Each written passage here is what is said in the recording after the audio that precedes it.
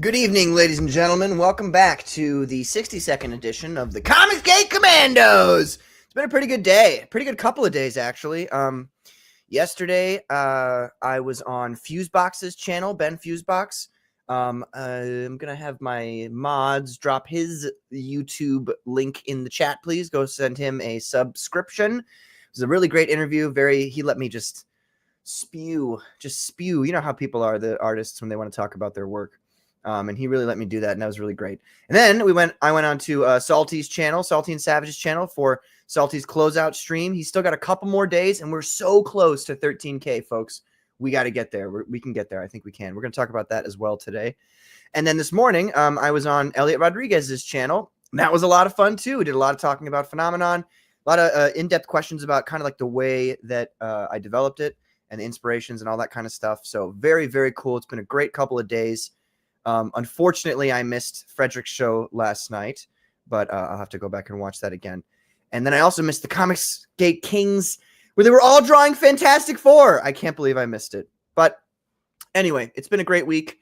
My top secret plan to get Brittany Venti to fall in love with me and convert to Catholicism is well underway as well. And I found a new beer. It's similar to Blue Moon, called the Golden Road. But it's actually pretty darn good. I opened it and I was like, well, this is either going to be shit or it's not. And it was pretty darn good. So without any more talking from me, let me bring on my co-hosts for this evening. It is Carbon Hard, everybody. Hail. How you doing, Carbon? I'm great. Good to see you, Patrick. You too. I was happy that you went on a lot of channels over the past few days. Good to see that, because that's necessary, man. You know, your book needs to be shown. Mm-hmm. And I'm glad that the network is expanding. Things are happening in Comicsgate this year. Yeah. Everybody's saying, not everybody, but, you know, the usual suspects are saying, and we obviously have to be careful about the way we refer to these usual suspects, considering that Katie's channel was struck by one of those people.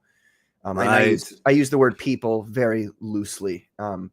But it's, you know, they're constantly, Comicsgate is dead, Comicsgate is dying, it's dwindling. And it's like, I don't really feel that way. I mean, there's people who have left, or who have removed themselves rather. But a lot of those are not big losses, if you ask me. And we've got a lot of cool, awesome, upfront, honest people coming in, like newer faces. And it's nice to see these people. Well, the thing about that mantra, Comicsgate is dead, is that apparently Comicsgate has been dead every year since 2018. Since its inception, so, yeah. It's kind of like global warming and the whole like climate hoax, where they say that the world is going to end. Like since 1980, we only have a few more years and then the world's going to explode. It's similar to that. Yeah. It's also really foolish too. I mean, when you think about it, and people say things like, they're like, well, back when Comicsgate first started, you know, people, you could throw a dart at you would hit backers. You know what I mean? People get backers upon backers upon backers. And it's like, that may be the case. But what do you, when you're trying to destroy Comicsgate and kill it, what you're doing is you're taking this large group of very motivated, apparently deep-pocketed comic book fans who want to support campaigns, and you're telling them to screw off. So that's your customer base. Those are those people that you're trying to sell your comic to. What are you doing? Yeah. Those people who turn their backs on CG, they all have a similarity. There's a common denominator, being a whiny beta bitch. Mm-hmm. And I would call them CG in name only. Kind of like rhinos, Mm-hmm. You know, Republicans in name only. Those people, they were CG in name only to reveal that they're actually SJWs. Yeah. It's so weird too. A lot of these guys it's constant, like, you go to their Twitter profile and it's like, it's all like super perverted, degenerate sexual stuff, like constantly. Oh, really? All the time. Like every time it's all about butt sex and stuff. And it's like, what is going on over here?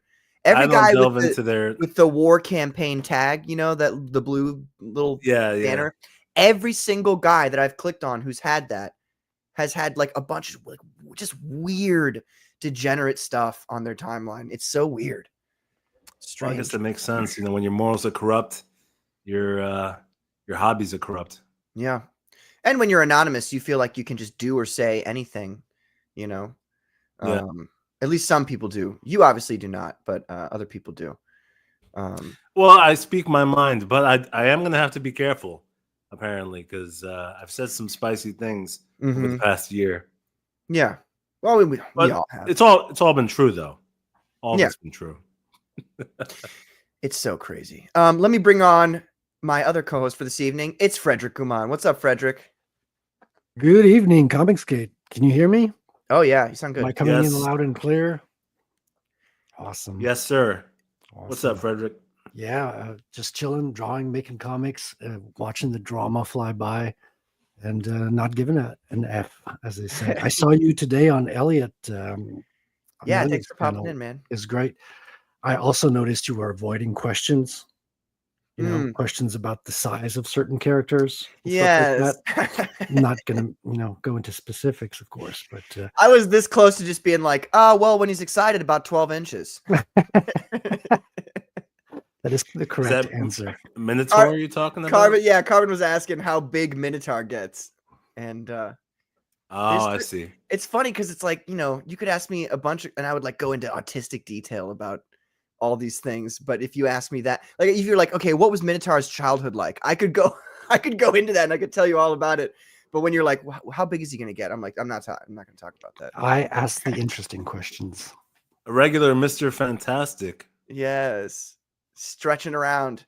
And I also had to deal with a little bit of, well, it's not Elliot's fault at all. By the way, I'd like to specify that Elliot, I guess Dr. Ben is on Elliot's channel sometimes, or in the chat rather, and he was just trying to rehash the same old stuff. And it's like, all right, well, just move on with your life. Well, when you become successful, unfortunately, you make some enemies. Yeah. Yeah. So, well, okay, so let's get into it, folks. Actually, there's a new thing. Oh, let me say hello to the chat first. Sorry. We got Frederick right here with us. Hello, Frederick. Adam Weber, bunch of trees. Very good. Very nice. That's what I like to see. Hansel Hauser, what's up, man? How you doing? Burning trees. That's ominous. We've got Skeleton Core Comics. What's up, man? How you doing? And we've got Rosario Scribe, who later changed his picture. Nice to see you, Rosario. We've got Tenkage. What's up, Tenkage? How you doing? Hey, Tenkage, how you doing? Was he on the show last night, Frederick? Maybe in the chat. He wasn't on the show. We had Arvid talk about his interesting comic that's kind of a fairy tale, old style fantasy comic. So check that out if you missed it. Yeah, it looks cool. We also played your trailer as well. Thank you. Pump those numbers. Thank you. Is he on Indiegogo or is he Kickstarter? Oh, only Kickstarter. Okay. Yep. And then he's coming in from the professional side of things, and he's kind of, I think, discovering the whole indie side, crowdfunding. He's new to all this, so okay. I think that's where he's coming from. Well, his best bet's going to be Fund My Comic, if you ask me. I agree. So let's see here. We've got Belmont Press. What's up, Belmont? How you doing, man? Nice to see you. We've got Michael Ferraro. What's up, man? How you doing? He actually was on the show last night with Salty, and it was a good time. It was a very fun time. Let's see here. We've got Grogu. Hello, Grogu. How you doing, man? Hail all, he says. And I think that is everybody. This is the last time I will ask you, Dr. Ben, to leave me alone. Last time. And then I'm going to have to start, like muting you or banning you or whatever. That stupid shit. I've asked you to leave me alone many a time, and it shall be done. Just join War Campaign like you obviously want to. I mean, you're so obviously War Campaign. It's kind of funny. Okay, so we got a new thing going on today, folks. Let's see here. Let me bring this up. Brand new trailer, which I'm sure you guys have opinions on, of Superman here. So I'll have to pause it every so often, but let's check this out, shall we? Are you being serious right now? Yeah. You'd let me interview you as Superman. Sure.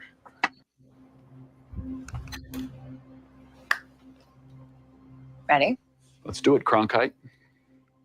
Superman. Miss Lane. How do you like that? When he said Miss Lane, I was like, that sounded good. Yeah, right off the bat, this dude, Corn Sweat, he's a good Clark Kent for sure. He has the look. The biggest drawback is his costume. They cucked him with the costume. But he himself, so far, I have no complaints. That voice though that he put on, because he was had a different voice, and then he was like Miss Lane. It was like, oh yeah, there it is. Well, he's actually a pretty big guy because he's tall. He's like 6'4". Is he really? Yeah, people are saying he's too skinny, but actually he's not. Like he has some size to him, and it's really the costume that made him look worse. But yeah, because if we go back a couple of frames to where he's sitting there in the chair. Again. There we go. Yeah, he's big. So a 6'4" dude, he's got some muscle. He's not small, so he has a deep voice, Yeah. All right.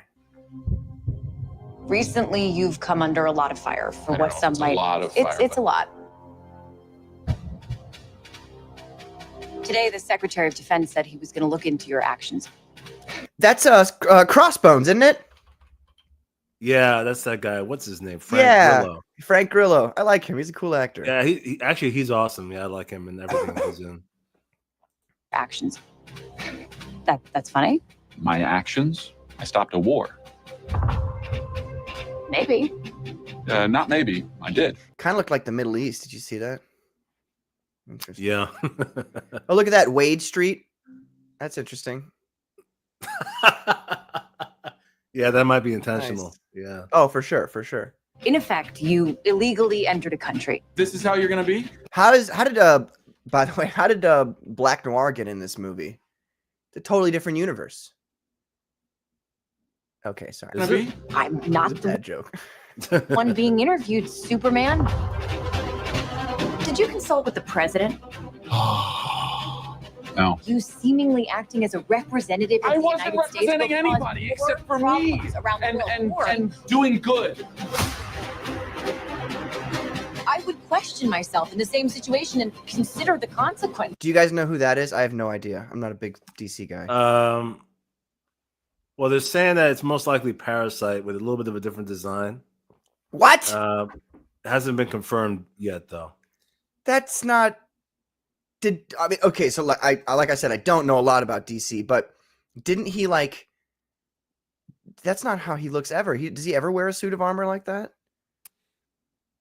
Well, I mean, it's arguable. I mean, because it's not necessarily armor. The head is definitely different, the helmet. But honestly, it's not confirmed yet. So there's even a chance that it could be Luthor in the suit. That's not completely out of the realm of possibility, which I wouldn't mind. That's I like when Luthor becomes a formidable foe. Yeah. Yeah, maybe not. We'll see. We'll see. Parasite was always my favorite. I never got into the lore of it all, but just the way he looked, he was always my favorite Superman villain. Superman has a lot of good villains, actually. Metallo, dude, I'd love to see Metallo. Yeah, that would be sick. Well, you were warned, Dr. Ben. I can't say I didn't warn you. I would say just why is he a mod still? Is he a mod? Oh man, he has a wrench. That's actually kind of funny.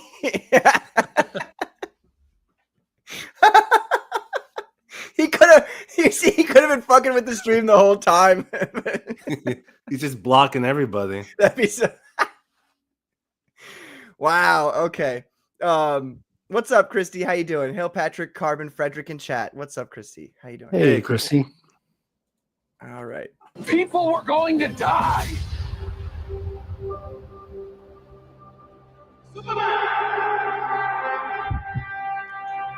Do you realize how many lives that Indian guy just saved? Hey, buddy. Eyes up here.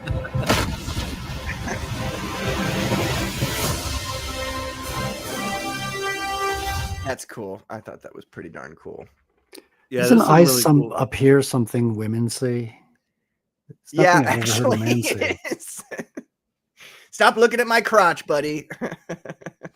That's funny. That looks so sick, though, honestly. I always thought his Fortress of Solitude was very cool. Yeah, this new trailer has some really good shots, actually. Who's this lady? Do you guys know?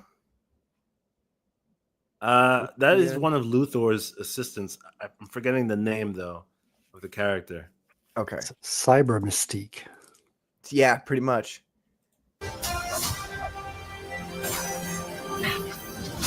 Your choices, your actions.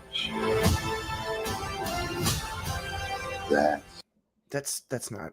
I have no idea what that is. It's just some kind of cosmic jellyfish or something. Looks pretty cool. I'm liking this trailer. Shows you that there's a lot of. I mean, one critique of this movie so far is that there might be too many characters, which might be true. But at the same time, I like that there's multiple villains in it because, right, having these different segments of the film where there's different threats makes it a lot more of an entertaining experience. So, yeah, like that thing is different than, you know, the Parasite maybe armor character, and then we have the giant like dragon thing that's going to come up in soon. So I like that there's a lot of villains in it. Yeah, and you know he's going to beat most of them, and it's cool to. It'd be nice to see him pretty much mow through a good deal of them. You know, to show people, yeah, most of these guys aren't really a big problem for Superman. That's what makes you who you are. Mr. Terrific's design is so sick. Like I'm actually really excited to see this character. Yeah, you can't deny he looks pretty badass. The leather jacket with the red and the white, which is like a classic. There are leather jackets like that with the red stripe and the white on the side. Yeah, it's a good look. That T on his face is so like it's the perfect whatever the material is, it just makes it look cool. I don't know how else to describe it. It looks exactly like it does in the pictures I've seen of him. Superman. He's not a man. He's an it. How did they get Absorbing Man? Absorbing Man, a villain that Marvel has never utilized, and he would have been great for everything. Look, I think he's got kryptonite on his hand there. You see that? No, that's Metamorpho. Oh, okay. There's a lot of scenes of Superman down, beaten, lying down, out of capacity in this trailer. Like, there's a whole bunch of those. You're saying you don't like that, right? Well, I mean, it's showing him as weak. Yeah. Well, I mean, you're right, but at the same time, this new trailer at least has some victorious shots of him, which up until now there haven't been, right? Because, before this trailer, everything was him being weak, but now you have him shooting up into the sky, like saving some more people. So at least this one's a little more balanced, I feel. Yeah. He's an it. He's somehow become the focal point of the entire world's conversation. That's cool. That's so cool. I love the way Mr. Terrific's just kind of sitting, you know? I don't know. It's just he's got some crazy technology there. The aesthetic that James Gunn's got going on here, I like it a lot. I think I know some people are complaining about it, but it's not too bright and colorful that it takes you out of it, but it's just enough that it's like, yeah, this is very comic booky. I don't know, like this shot particular. I saw this and I was like, that's very cool. I mean, actually, you make a good point because we're going to be talking about the Thunderbolts soon, and that talk about a contrast because Thunderbolts is desaturated, everything's gray and black. This obviously is brighter, but it's not too overly saturated to the point where it looks like candy. You know, this one, it's a good balance here, I feel. Yeah. I will not accept that. I cleaned your boots. I'll go get them for you.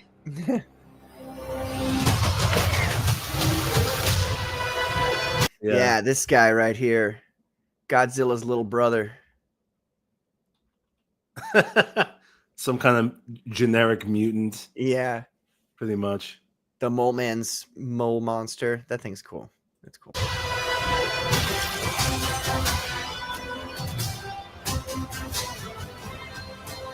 Was that the Hawk Tua girl?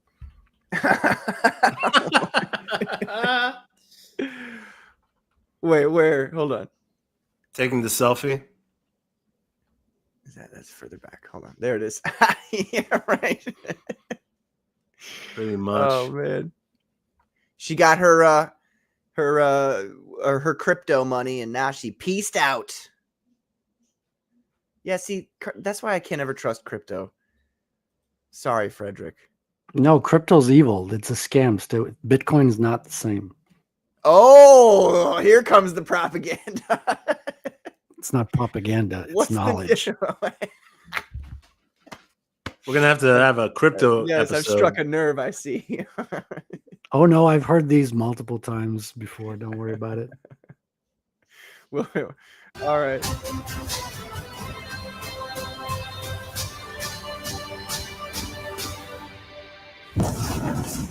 Yeah, there you go. Victorious.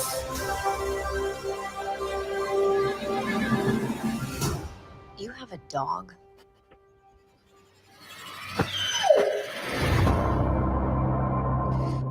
I really like the aesthetic too of like the credits and all that. The simplicity, the kind of it's just old fashioned. Yeah, it's sleek. I think this trailer was a win, and it's making the movie look a lot better than it's looked so far. I would agree. I would agree with you there. Let's see. We had some new people come in the chat here. Where? Oh, there you are. What's up, Grey Wolf? How you doing, man? Nice to see you. Yeah, I mean, it looks pretty decent. I don't know. And James Gunn generally does a pretty good job with the movies he's got. I know a lot of people don't like some of the stuff he's done, like the Suicide Squad, for instance. I thought that movie was way better than the first Suicide Squad, and it was a pretty good superhero movie. Yeah, I like that one. I did enjoy that one as well. I'm not sold on Superman, though. This seems like a downgrade from the previous Superman, so I'm not really sold yet. Not being closed-minded or nothing, but I don't know. Well, you're talking about Man of Steel? This is a downgrade from Man of Steel? Well, not necessarily the movie, but the actor. Yeah, well, the costume definitely is. But the funny thing is, when I first saw, when they casted David Corenswet, he's essentially a younger Henry Cavill in terms of his look, Mm-hmm. But here's the thing: in this trailer, I like that he stood his ground when Lois was talking about criticisms of him, basically intervening in a war, and then she's giving a line of PC questioning. I thought he lost his cool way too quickly. Like he gets upset, right. He stands up. Like she's just asking nice questions, and he's just all getting his panties in a bunch. Well, you're right. You're right about that, Frederick.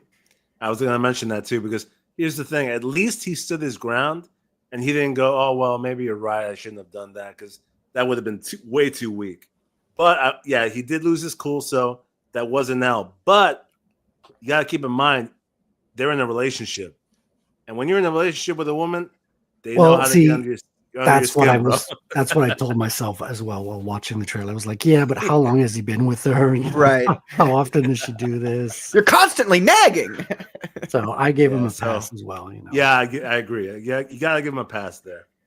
We've all been there, And we don't know if she said something. I know women never do this, but we don't know if she said something, inflammatory before he does the standing up thing. James probably cut it out as well. Right. And then he goes, "Hey, eyes up here. Hey." Right. That's gonna have to have some. I need to see how that really works out in the movie, because otherwise it will be a little weird. But no, I mean it looks good. It looks fun, at least. I trust James Gunn to do a good job with things.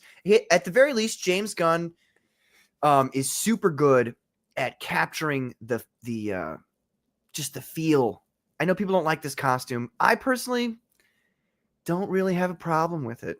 Like I'm not as big a Superman fan as some people. The thing that got me the most was when we got a shot from the back and you see the blue coming out over the red cape. Usually you don't see that in the comics. Like the cape will cut over his neck in a straight line. Was that earlier in the trailer or right there? No. They did choose a really strange thumbnail though on the trailer that I picked. Let's see here. They chose him like when he was in he had a weird face. So yeah, they chose him like right. I don't know. It was a weird like his face was like Yeah, I think this is the shot though, because in a couple of frames his face is going to be directly in the Yeah, it was like it's awkward. It was like that right there.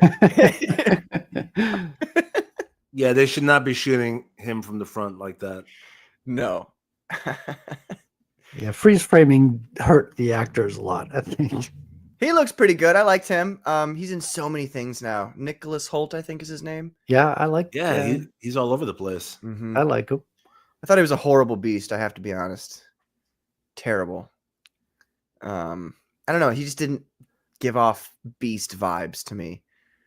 Yeah, that franchise of the X-Men was a little bit odd. That like kind of prequel one where they're all young. Yeah, there were some hits and misses in that. Yeah, I mean they nailed Professor X and Magneto. I think Magneto was sick. I enjoyed the whole bunch of X-Men movies wholeheartedly. Like I go back and watch them. I mean, there's certain favorites that come up, but none of them do I dislike. Like they're all a good watching experience, I find. Even Wolverine Origins? I said the X-Men movies. Oh, that doesn't count. Okay. The X-Men Origins is a great video game. It is a fantastic video game. It is so good. That's one of the biggest flukes of like all of comic book dumb ever. Because usually the tie-in movie games are so shitty. But that one was like way better than the movie. That's a good freeze frame. Shut up! Well, I'm asking you two, Commandos. I ask you, who has the most power in this situation? Can you? I was right. Can you imagine? She must be like shitting herself right now. Well, like I said, you can't look. Couples argue, so I forgive him for that. You're right, though. You got to keep your cool, and he has something to learn.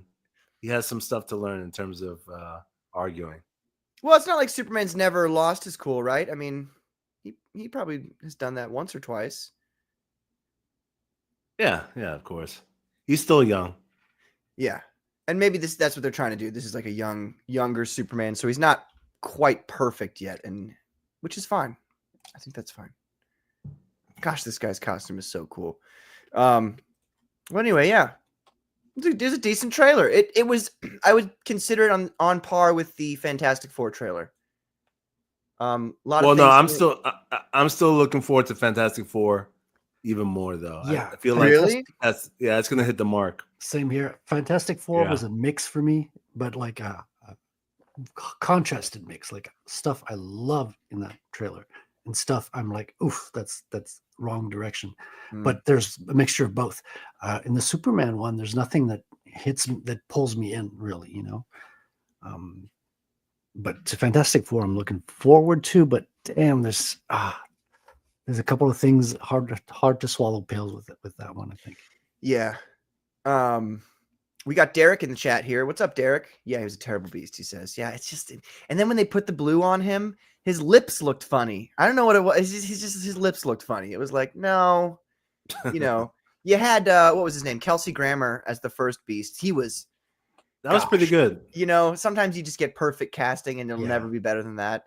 X3, the third X-Men movie. Great movie. It's like kind of a underrated classic in my opinion. Like, it's a banger, dude. And I thought that movie was fucking epic. That scene where Magneto lifts the bridge is one of the coolest scenes. First of all, the speech that he gives to the Brotherhood before he lifts the bridge, and then oh my gosh, that was one of the coolest things ever. It was badass. So yeah, for Fantastic Four, I don't know. For me, I got really just two big problems. One of them you just have to get used to, and that's that Pedro Pascal is Mr. Fantastic. Yeah. Not the greatest. And then the other thing is the Thing's voice. Just fix his voice, please. Yeah. But it is nice. One of the coolest things in that trailer was the very end where they show Galactus walking through the city, and it looks like those shots are good. They're good, and it looks like they're miniatures. You know what I mean? Like it looks like they used miniatures.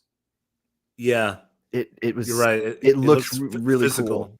Yeah, it looks practical, which makes it obviously more, and visually compelling when it looks real. I think that the average human viewer. Well, the average human viewer. There's a lot of stupid people out there. I should roll that back.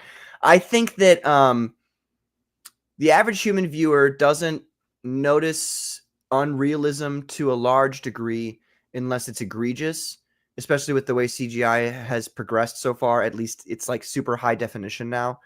But I think that unconsciously people recognize like real practical effects versus CGI, and they answer better to it. And I have literally no statistical, I've got nothing to back up that claim, but I don't know. I just think that people see physical things and they're like, it reaches out to them more.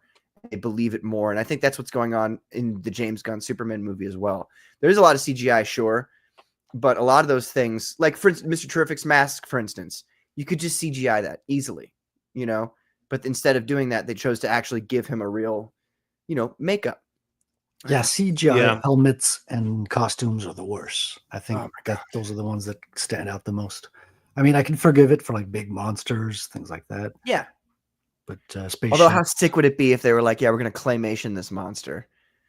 That would be so sick. Yeah. There's a fine line between noticing something being tangible, like an actual practical prop, and then even the highest quality CG, only if if it quickly flashes through the screen, then you don't notice that it's CG. But if it's lingering, it's like the uncanny valley. You can always tell when the fact that it's not physical. And then it's worse than if you had a physical thing that you knew was fake. You know what I mean? Like say you have like an alien from Star Wars. You have a puppet or a Muppet rather, and you have a shot of that lingers. You look at it and you're like, yeah, I know this isn't real, but you're like, okay, it's good enough. But if you linger on the bad CGI, it becomes a cartoon. It's even less real. Especially for horror movies, like when horror movies use CGI for their monsters or whatever demons, it makes it way less scary. Versus in the 80s, things were practical. And you saw, the gore and everything being actual objects, and it just hit you more. Yeah. You know what I'm talking about? Same thing with the costumes. Oh, costumes 100% for sure. Yeah. Yeah, the 80s, everything was more frightening. We used to go around bikes without a helmet. Can you imagine? Our knees were bloody. There was gore everywhere. Begging for death. The Thing, though, I think is the best example of that. The movie, The Thing. Yeah. And then that remake it wasn't a remake. It was a prequel almost that they did. Alien very was a good one as well. Alien. Yeah, you're right. But the Thing, because the practical effects for The Thing were so spectacular and horrifying, even to today. Thing from another world. Yeah. Yes. Yeah, dude, that's a perfect example, man. Like everything is practical in that movie. Yeah, and that movie holds up as one of the best horrors. Oh my gosh! It's funny though. I was watching it. I think it was Peter Gilmore had been talking about it on his channel, and so I was like, yeah, I'm gonna watch that tonight. And I was watching it, and I got to the last 30 minutes. And I was watching it on my brother's, like he's got like a I don't know how you would describe it, a server that you can watch movies that we all have, that we all share together. And friend who shared it with you mean? Huh? Somebody shared the movie with you. Well, it's like it's legal. I think it's legal. Sure, if it's your friend. Yeah, I think my brother's my friend. It cut off at the last 30 minutes. I was watching it, and then it was like movie over, and I'm like, wait a minute. Insert coin to continue. I didn't have a way to get it. I guess I could pay for Amazon, but I was so like, that was such a blue ball moment. I was like, no. You go on Amazon and you ask, can I have just the last 30 minutes? Give me a deal on 20 that. cents. Dude, speaking of The Thing and Kurt Russell being in The Thing, did you know that one of the actors in the Thunderbolts is actually Kurt Russell's son? Yeah. It's pretty awesome. He's my favorite character in the whole thing. Who? Which one? U.S. Agent John Walker. Wyatt Russell. No. Yeah. Was it Wyatt Russell is his name? Mm-hmm. You know, it's funny because I went into the movie not knowing like all the cast members. Mm-hmm. And I didn't like him that much in the movie. Because he was, I mean, we'll get into details and spoilers soon. But, I mean, he was a little bit whiny at times, right? I'm like, I'm not liking this guy. But then when I found out he was Kurt Russell's son, I forgave him more. I'm like, hey, it's Kurt Russell's son. You should have put it in the credits, starring Kurt Russell's son. Right. Florence Pugh with Kurt Russell's son. But you know what, Carbon? I agree with you. Kurt Russell has done so much good in my life that I will forgive his son. He'll get a pass. Yes. Yeah, I'm not even kidding, bro. Like after that, and then when you look at him, you could see his features. Yep. Like you could see Kurt Russell in his face. He looks similar to him. And I'm like, you know what? I do like this guy. Yeah, exactly. I think that's a lot of what goes into it. It's just you look at him and it reminds you of the old days, and you're like, yes, okay. The casting was my favorite part of this movie. That I thought was good. Like all the actors fit well with the role. They looked good. The main actress is good. She's beautiful. She's easy on the eyes. She's such a babe. After this movie, I'm like, nah, she's just okay. No, she's a babe, dude. Okay, hold on one second. I gotta grab some more beers and take a whiz real quick. I'll be right back. Carbon, you have to take into account that she has a Russian accent. That's gonna weaken Patrick in the knees for sure. I'm not saying she's unattractive, but I don't get everyone saying that she's hot. Like, I don't know. She's just cute to me. Like, yeah, she's not banging, No, and I think she'd be hotter if she had a better attitude or in her character. I'm not talking about the actress, but just the character. I thought that was kind of the weaker points. Is the movie kicks off with all of them kind of being bored, blasé, and just like too cool for school. Oh, absolutely. No, her personality is completely shitty. She's just not really likable at all. Yeah, I mean, Oh, go ahead. The Russian accent can be hot. I agree with that. And she's pretty, but maybe I just need a little more. She doesn't show her body at all. Maybe if she showed her body a little bit. But anyway, it's not necessary for the movie. But yeah. It might have saved the movie. It might have done the movie a good. Because I'll wait for Patrick to get into too much of it. Yeah, no, I'm interested in getting everybody's overall rating for the movie. Oh, interesting. I think we should do like a final, like score out of 10. Okay. For everybody. Okay. Yeah, it makes sense. I actually watched it a couple of times. Oh, really? Yeah.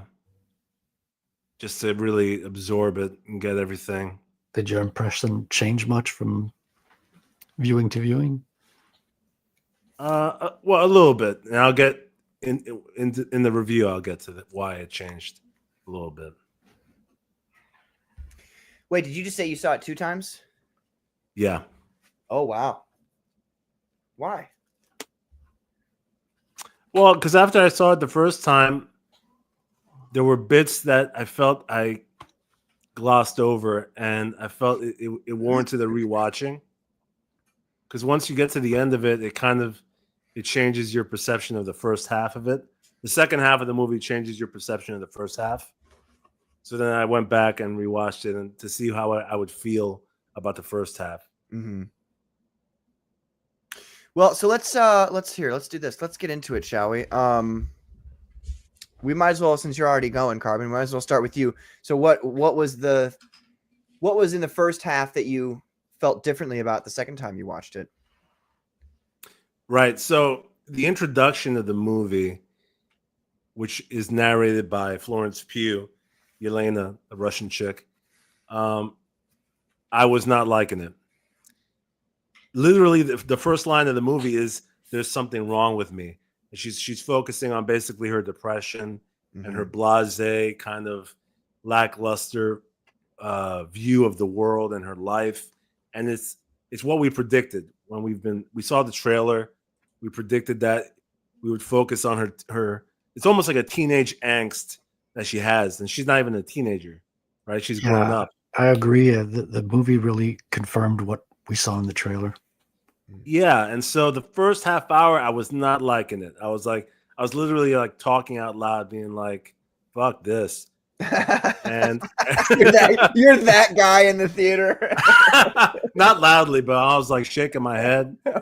I even got a headache like 20 minutes into the movie. I was just frustrated with everybody's personality. Like it was confirming what we predicted. I felt the same way. I felt the same way at the beginning. Then I remembered I had a beer, so I was like, okay, I can tough this another go. Yeah, it's like, all right, time to get drunk. Let me get a vodka soda and bring it into the theater at the bar. Did you guys watch the Falcon and Winter Soldier before this, though? I had not. No. Okay. Hail, Katie. What's anyway, up? How you doing? So the first half hour, like I said, due to her personality and the general negative attitude, I'm like, okay, this is not good. Then you have the second act in which she encounters U.S. agent, the entire team that gets sent on a mission to destroy a lab, right? And this is when things start picking up in the story in Act 2. So everybody's there, and they confront each other, Ghost, Taskmaster, and they fight each other, only to discover that okay, they were sent on a suicide mission. And then they find Bob, who Bob is clearly the best aspect to the movie. Yeah, 100%. Played by what's his name, Liam Pullman. What's his name? Lewis Pullman. I don't know. Who's also another son of another actor. He's the son of Bill Pullman, the guy from Independence Day. So this is nepotism in the movie. Yes, the president in Independence Day. Bill Pullman's son is Lewis Pullman, who plays Bob / Sentry. So we're gonna get into full spoilers here. So yeah. Warning to the chat and anybody who listens. Full spoilers are coming now. He pulls it off very well. Like from the beginning, I think he's one of the most interesting characters. Oh, yeah. Yeah, like, it's funny because at first I'm like, okay, he's the loser, he's weird. And it's obvious that things that are going to turn around. When you see him being all meek, you could tell, like, all right, this is going to be reversed, where you're going to discover he has all kinds of powers. Like, I could see that coming. But they pulled it off very well. And also, oddly enough, I thought he was Ben Foster at first. His face do you guys know who Ben Foster is? Another actor? The name rings a bell. No, I don't think so. Yeah. Well, anyway, his face looked just like the him. guy from Parks and Rec? No. He's like a serious, like a dramatic actor. But anyway, things started to get better at this point in the movie, although they still had annoying banter back and forth. That scene when they climbed up the silo back to back, and they turned that into like a little like a gag where they're like making fun of each other. That's when I had a headache. I was like, okay, I'm about to fucking stop. I'm about to leave. It's Marvel humor, kind of very feminine, kind of squabbles. I'm gonna share my screen because I have screenshots that I want to go through that I think will demonstrate what I'm talking about. Screenshots, he says, hinting at the manner in which he watched the film. The effects no, these I got nice. from Google. Oh, okay. I like the effects. I like the fight choreography, the superhero effects. None of them seem lame or too Photoshoppy. I thought they pulled it off pretty well. Same with the costumes. I thought they looked good. It was a bit dark, but that wasn't a problem in the movie. I agree with you. I mean, yes, I've been focusing so far on the negative, but there were obviously positives. the costumes, they grew on me. Mm-hmm. And same thing with the desaturation. I got used to it. I'm like, okay, it works for the mood of the story. The action was very well executed. The fights were well done. It was hand-to-hand combat. And Did you guys notice? I would like to. I was going to save it for my review, but did you guys notice? Because you're talking about the action scenes. In that first fight where they're all down in that incinerator room, did you notice that U.S. agent, he'll fire his gun and he'll fire all the bullets in the magazine, and he does that at least 4 times. And I noticed, because I started noticing it, and I was like, I wonder if he's going to do it again. And he did, and I broke out laughing in the middle of the theater. Every time he fires all the bullets in his gun, he just fucking throws it away. Like, every time he'll go, bam, bam, bam, bam, throws the gun. And then he's got a new gun. And he's like, bam, bam, bam, bam, throws the gun. That's just how he reloads his gun. That's cool. I was wondering if it was like an inside joke that they were doing. Like, that's how he reloads. He just throws his gun away. I mean, it's the fastest. So funny. Fastest reload to shooting. He just like fucking got another one. Budget. Oh my gosh. That's was funny. So funny. I didn't think I remember that happening, but I didn't think about it at the moment. Watch when the next time, if you get a chance to like just watch that one scene, every single time he runs out of bullets, he throws his gun away, but he always has a new gun in the next shot. It's so he funny. stocks up on guns. Right? He has handguns all over his body. Unlimited handguns. He's like, no need to reload. I've got another gun. All right, I'm sorry. That's continue. funny. Yeah, so anyways, we got screenshots here. The whole team, once they got together, the movie improved because the dynamic balanced out the personalities, and especially with Red Guardian on the left, David Harbour, he lightened the mood significantly. I liked him a lot, because also he counterbalanced Yelena's attitude. Yeah, he made the movie very much more bearable. And one of my favorite parts is when he picks them up in the limo, right? Once they escape from the silo. Yeah. And then he's embarrassing her in the car. Like he's saying things and she gets embarrassed. I love that moment. Yeah. I'm like, finally, this chick is like getting put down to size, Right. Because she put him down all of the movie for Black Widow. Yeah. But that was a good relationship between those two. And I think they probably built off of what they'd had from that first movie they did together. But those two worked really well together, those two actors. Yeah, so that was a good aspect. Let me see if I can keep sharing. So we got, okay, apparently I can't just click through different tabs. This is retarded, dude. So it makes sense. Do you have it as like pictures on like saved to your computer? No, I have different tabs open on the browser. Oh, yeah, you're gonna have to. And then you can't just do it. Yeah. All right, well, let me just pick one to share. Sure. Then. I mean, it's no big deal. So Bob, let me show Bob. Bob was the highlight of the movie to me. He starts out as this meek, broken down guy. And then suddenly, once they escape,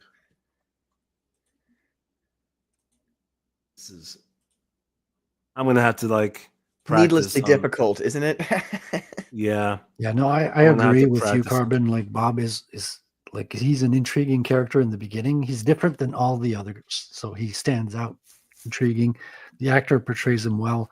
And when he turns into Sentry and he turns into people, he turns people into basically photocopier ink on the street, like splashes of black. And it works. That part works. Yeah, so this was the turning point in the movie. Because Bob, he was this meek guy, right? Feeble. Then he gets shot up. This was the twist. And then you find out he's invulnerable. He gets shot up by the military. And then suddenly he's ripped to shreds too. He's got 6-pack abs. Yeah, seriously. Out of nowhere.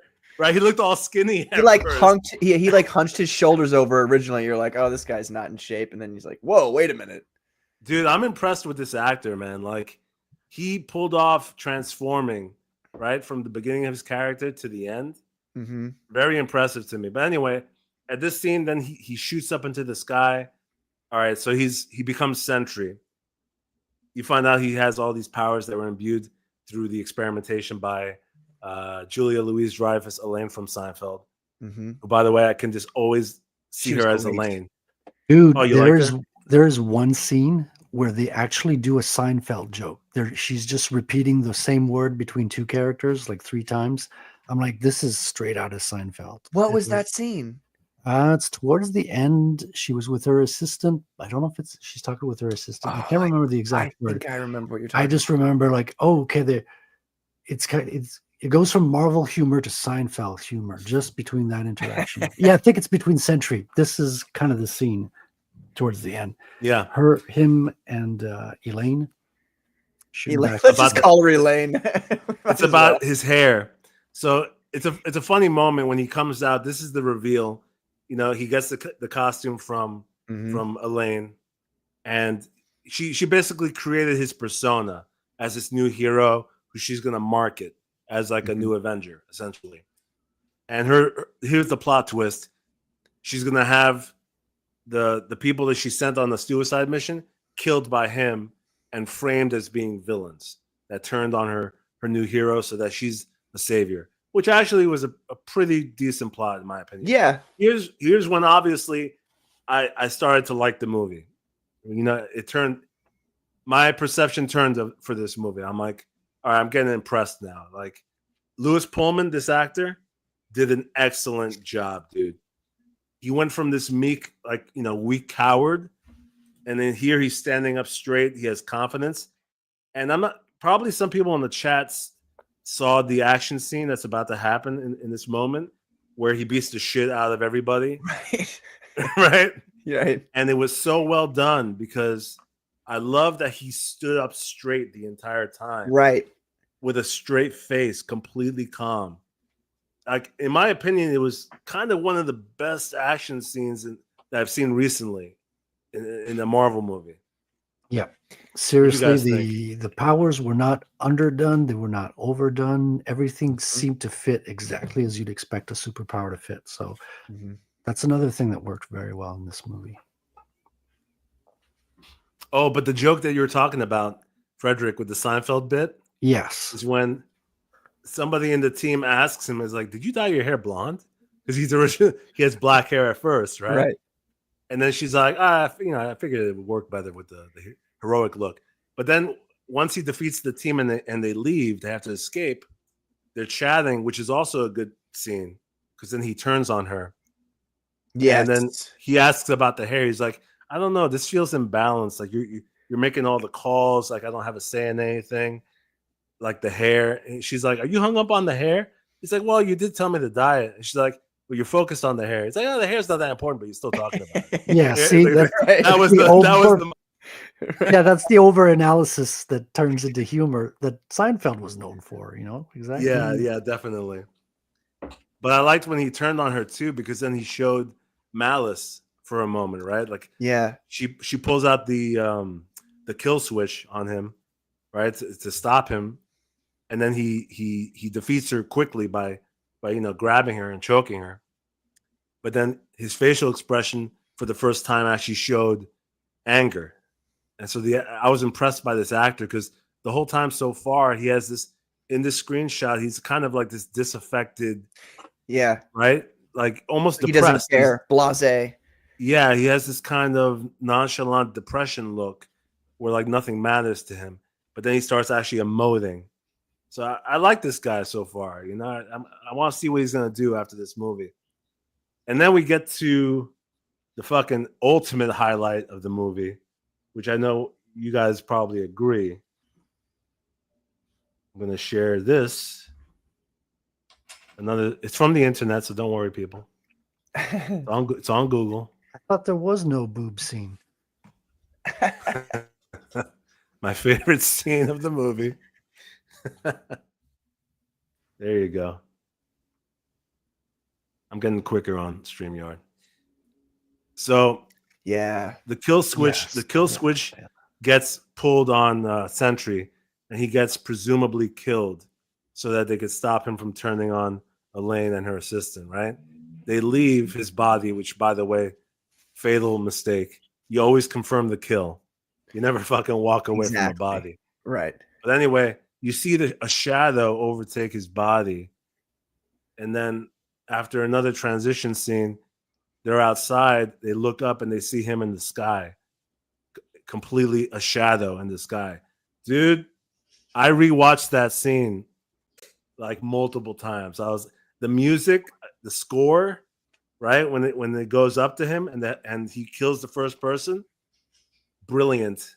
I actually analyzed it too, because every time he disintegrates the person, the orchestral score, it drops out, and then it just leaves like one violin playing like a single note, and it creates this sinking feeling in your stomach, right? You know what I'm talking about when he kills people. Yeah, I didn't notice that with the score. He puts his hand 'cause out, and he just turns them to a void, like they just disappeared into nothingness. So the sound disappearing kind of echoes that, and it worked so well. That man. I was not expecting the girl, because Red Guardian had just saved that girl, which is his little like, hey, because he's spent his whole life fighting America, as the Soviet superhero, and now he's saving Americans in the street. And so it was kind of a powerful moment. And then for her to just be, disintegrated in his arms was like oh my gosh. Like I did not expect the little girl death. Yeah, no, that was the most potent death in this act, this climax of the movie for sure. And it was meant to be that way, because right. She was just saved by him, this cute little blonde girl, and then she vanishes. Everybody screams, and it did the same trick where all the sound drops out, right? I think I literally said, "Damn, son." I didn't know you said "damn, son." But no, I just appropriate phrases that are yes, you've got to appropriate to the moment. I hear you. Anyway, appropriate phrases. Yes, I love the ending. This whole final act. Let me wrap up my review, because I know I've been going for a while. No, you're fine. But I wanted to tell you about the arc I experienced. At first, I didn't like the movie at all. And then the second half of it, I'm like, okay, due to this character mainly, I'm like, okay, this is making sense. And then it all wraps up really well to make Yelena, Florence Pugh's character, go through a breakthrough where she gets out of her depression through having to save Bob from the void. So here's another spoiler. Yeah, when she goes into the void, essentially this kind of darkness realm where everybody experiences their biggest traumas, right?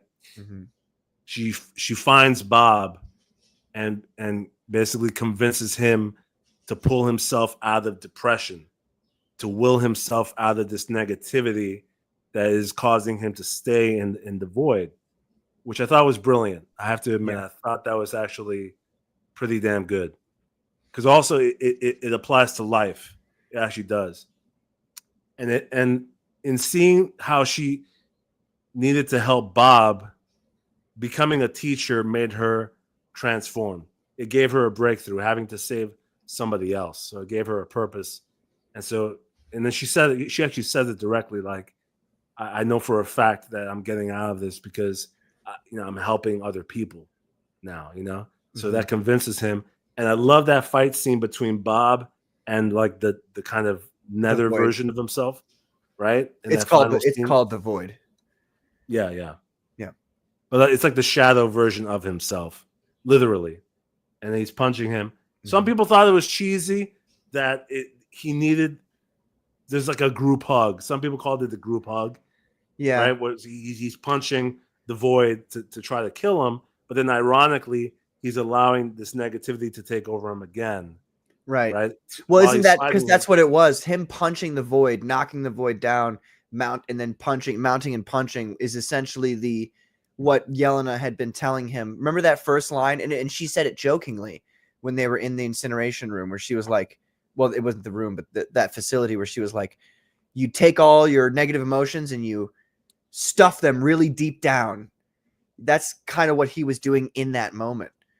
By like, I'm gonna try to kill this emotion. I'm gonna try to not accept it, not take it at face value and try to live with it and move on from it. But instead, I'm going to try to kill it. I'm going to try to destroy it, which is essentially stuffing it down and forgetting about it. Yeah, definitely. And so they all grab him. And I thought the dialogue was very well done there, where the Void tells him, "You'll always be alone." Like he's smiling while he's being punched, right? So like he knows he's not being defeated. And then they all come and say, "You're not alone," and they grab him. That was a nice moment. I thought that was very poetic. And that was the resolution to the movie. And then I was turned. You know, this movie convinced me. I'm like, okay. There was actually an arc for Yelena that kind of redeemed her character. It redeemed the first half of the movie, because then there was a purpose to the narrative, right? Mm-hmm. Her having that bitchy attitude in the beginning was so that the movie can redeem her through this experience. And I'm like, you know what? This is a good message. Yeah. And she became a lot less annoying too.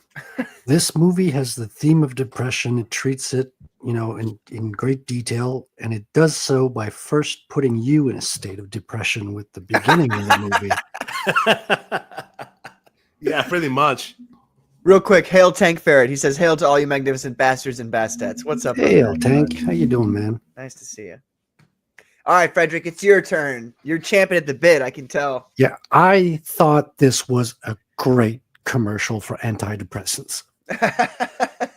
You know, the beginning is tough. Like, there's a couple of good things. Like, we mentioned a lot of the good things already. But in the beginning, what was hard to stomach is she's depressed. She's bored. She's better than everyone. It's just this weird state. And the other supporting characters that come in kind of echo the same feeling. Like, I bet if you switch the lines up on paper, you can tell which character was saying which line, because they're all like bored, blasé, but they're assassins with their life on the line at the same time. It's like the tone doesn't fit, which is typical in a Marvel movie as well. So the beginning was kind of rough to sit through, I'll be honest. But then it kicks in when I started enjoying the movie. Well, enjoying, like not suffering as much. When we saw the motorcycle scene with Winter Soldier comes in on the bike, man, is like doing wheelies front, back, and having a blast, and then going after the limo. Then I was like, okay, now things are happening. And the Red Guardian was you can leave that kind of picture like, up if you want, Carmen.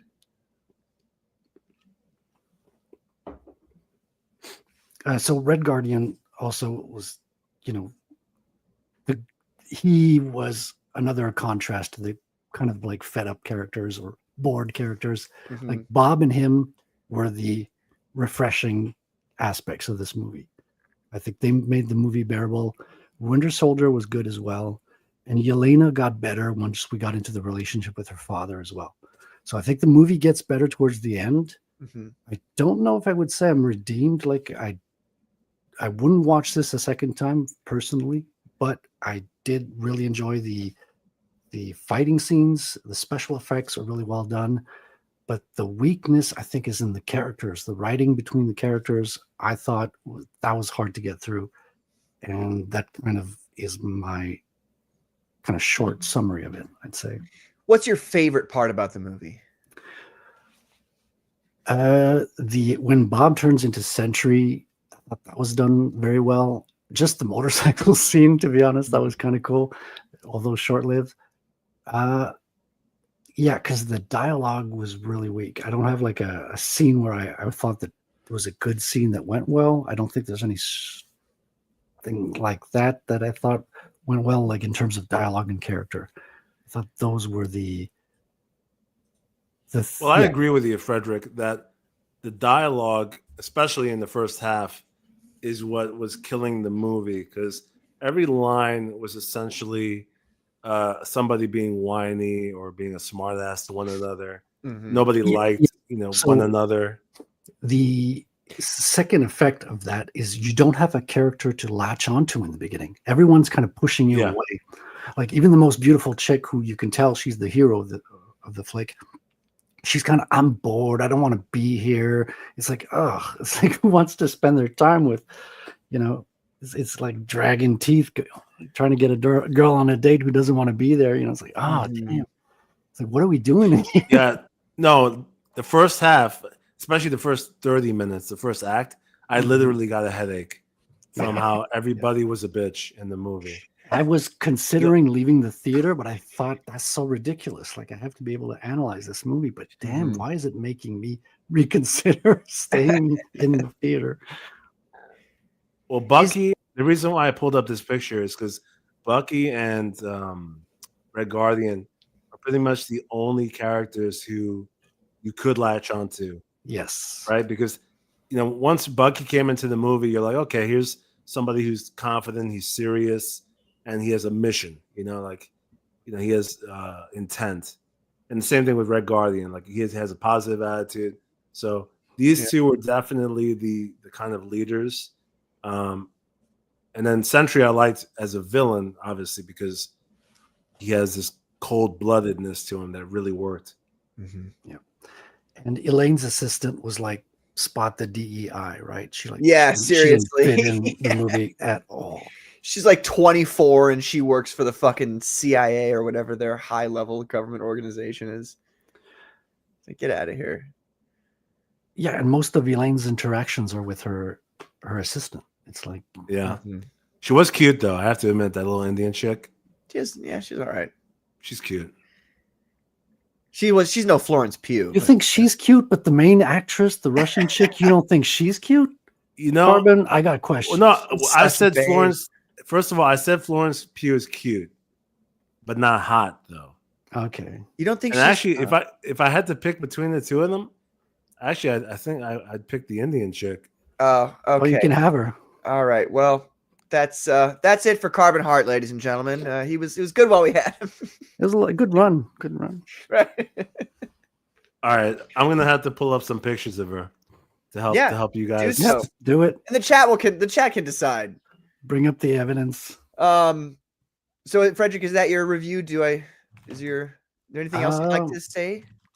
That's the main things that stood out. Like that it was a hard film to watch, especially in the beginning. I did start enjoying it at some point. I mean, it's got some good qualities, but the main line is kind of weak. So that's my gist. Before I do my review, I'd like to ask you guys here this question. So we have in front of us the full gamut of Marvel movies that have come out, and there's some ones that are really bad and some ones that are really good.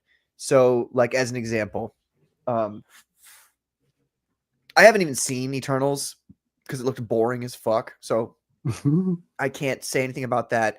But the worst Marvel movie that I have ever seen is probably, it's somewhere between Black Widow and Ant-Man 2.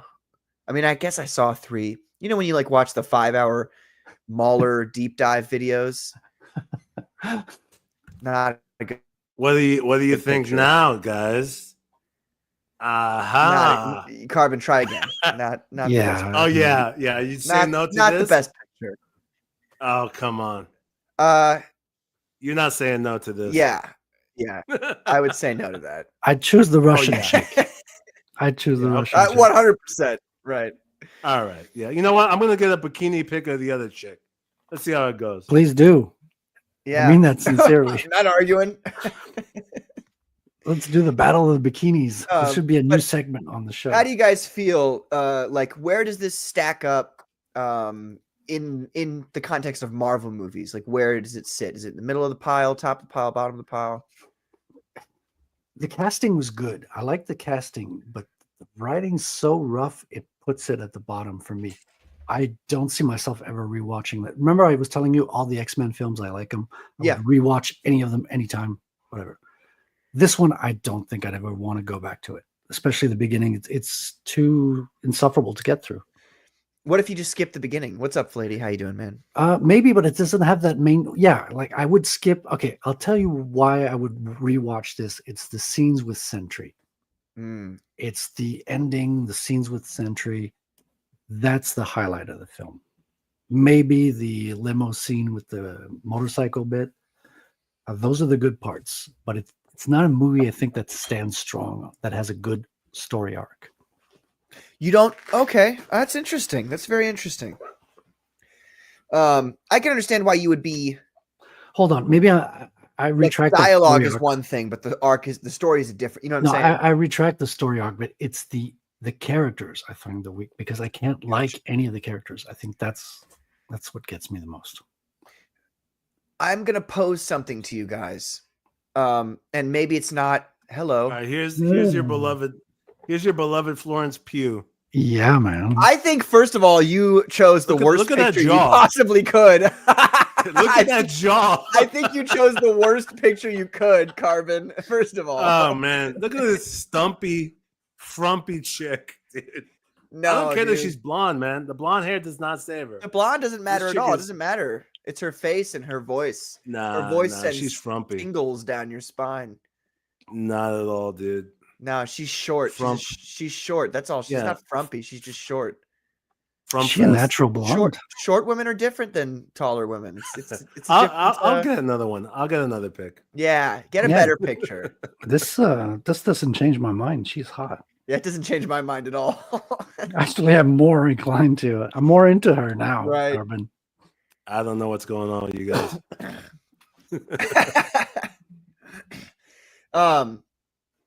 So I'll start with all the problems. The biggest problems I had with this movie. Biggest problem of the whole movie is the insistence on the Marvel joking dialogue.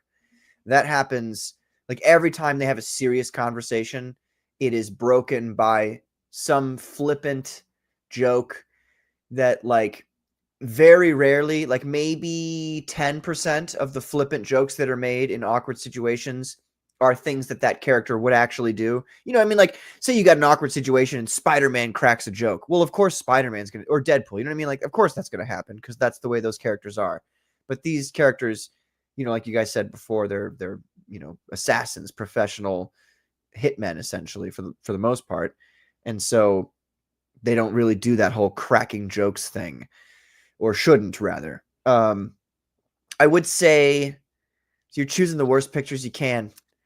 That's because there are no good pictures. Uh-huh. Yeah, I'm going through Google Images. Sure. She's not hot, guys. Wow. We didn't actually, Frederick and I did not expect you to stoop to this level. You know what I mean? We expect you to fair game it.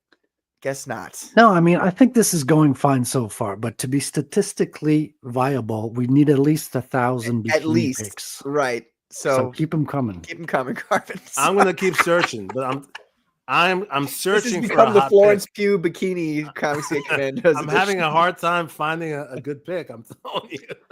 What's up, Survive Infinity? How you doing, man? Flady says, you mean the Deadpoolification of all superhero movies now?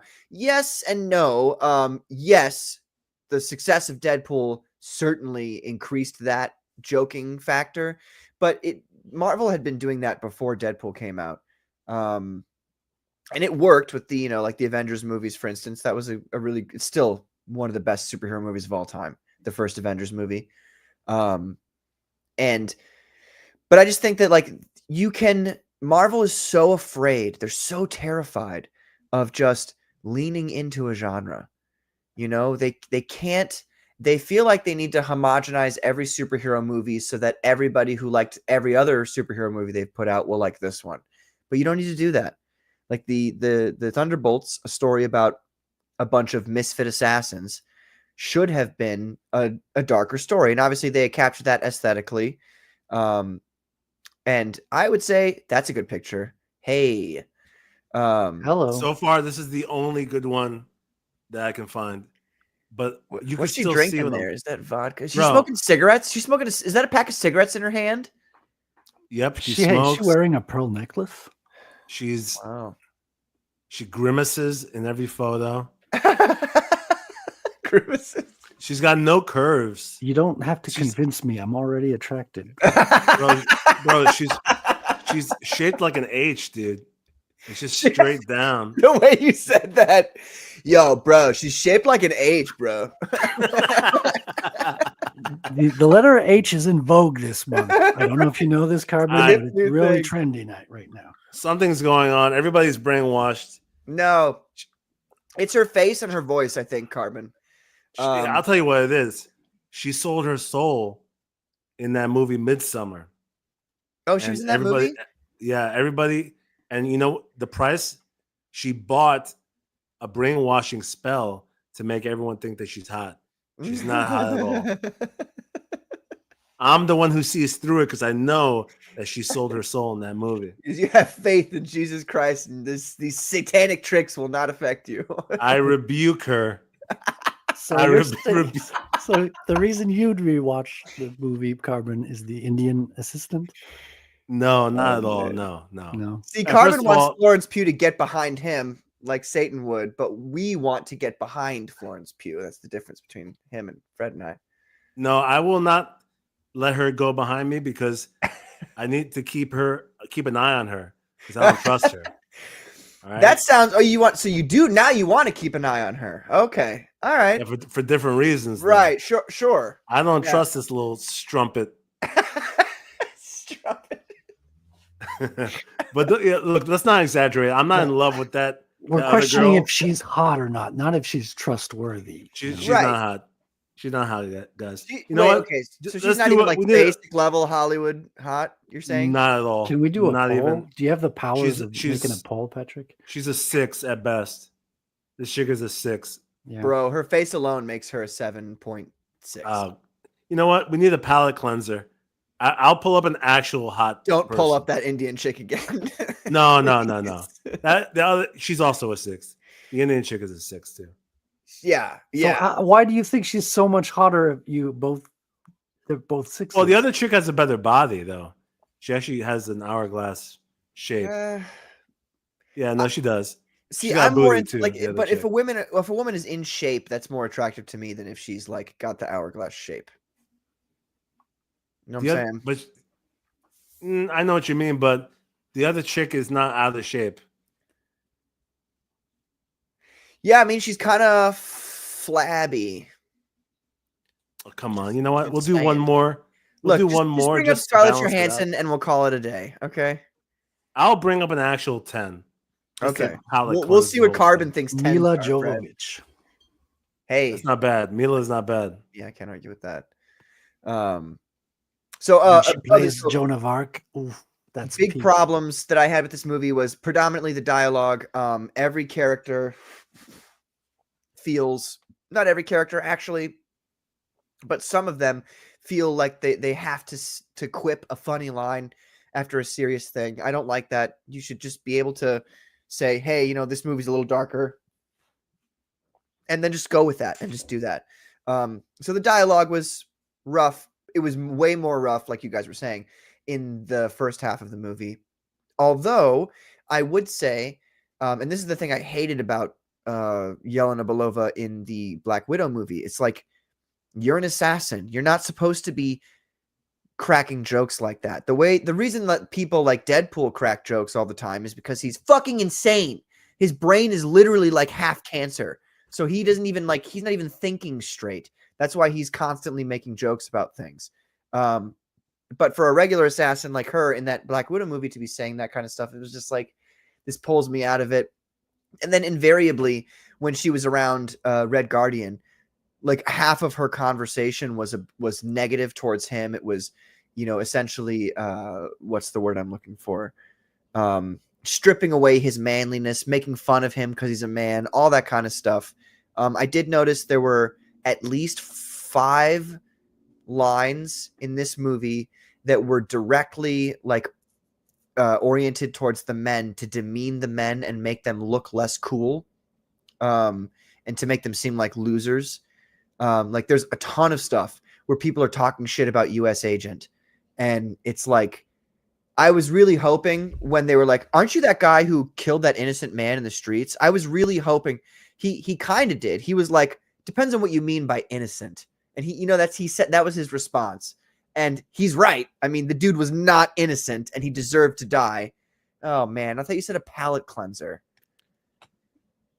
I just wanted to do one more. Frumpy? Wait a minute. No, hold on. You're saying Florence Pugh is frumpy, but this lady is not. She's over here. She's got more TNA. She's got more TNA than Florence. What's TNA? And she has a prettier. This is a cuter face. I'm sorry, I'm stupid. This is a cuter face. Well, she's all done up. Look at her. She's got 3 pounds of makeup on. I mean, her eyes are uneven. They're not aligned at the same height. Right. Oh my God! Now we're fucking picking at straws here. Ugh, that's worse. This is frump a dumptastic. He says. Carbon, have you tested your eyesight lately? Yeah. I feel like Carbon, he's like, this Indian girl is really attractive. I think what's happened here is that Carbon he's going for like discount Indians. Well, first of all, let's be real. She actually looks Latina. She kind of has like a Latina facial feature here. Maybe in this picture, but in the Something's movie, going on with you guys. Very distinctly yeah, I'm like kind of slightly racist towards Indians. I mean, what am I supposed to say? Oh, you guys didn't know that? I'm sorry. She's actually half. She's half Swedish. She's half Swedish. Well, she looks that all explains Indian. Why she's so. Looks like she got Northern Indian. She got her discount on those Swedish jeans. Not enough of them. Patrick said. Disappointed in you guys. Stereotypically. You said you were going to cleanse our palate, and you bring this up? Yes. Okay, I will. No, I just wanted to do her justice by getting. She looks good here. You wouldn't say no to this. Well, yes, no, but we're not talking about would we say no or not. We're talking about which is hotter. I would say no, but I have higher standards than you guys, so Wow.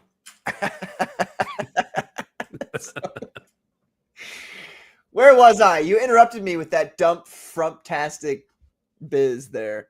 So the insistence on the Marvel dialogue, no good. It wasn't constant because it did stop after about the first half of there were a few lines, but actually some of those were acceptable, where they were talking shit on the males in the movie, which just gets tiresome. It's like, don't you know who these people are? Like, you cannot like what US Agent did, but he's ridiculously powerful, and he's like a very I can't think of a thing that he did outside of killing that dude. Which there was a little too much. If you guys have seen that, there was too much dumping on the guys. Yeah, I agree with you, Patrick. Being like, and then a couple of dick jokes too. Oh, you guys are comparing dicks now? The dick I'm like, all right, guys. Joke is like, come on, I think a lot of women think that anytime a man engages in an argument with another man, that it's a dick measuring contest, and it's like, no. We're just arguing. Like, we have different opinions on stuff. It's not about who's the bigger man. It's about like, are you smart or are you not smart? It's also the last resort of an insult too. Yes. You're like, oh, you have a small dick, which is like, okay, I'm not going to pull it out. Right. Well, then what do you say in that scenario? No, I don't. Either you argue with them, and then they're like, well, you wouldn't even argue with me if you didn't, and it's just like, oh, fuck off. Like, I hate those jokes so much. So those are some big problems. I would say there were some action scenes that because I'm like hyper fixated on realism in action and mortality in action. So there were some things that happened where I was like, nope.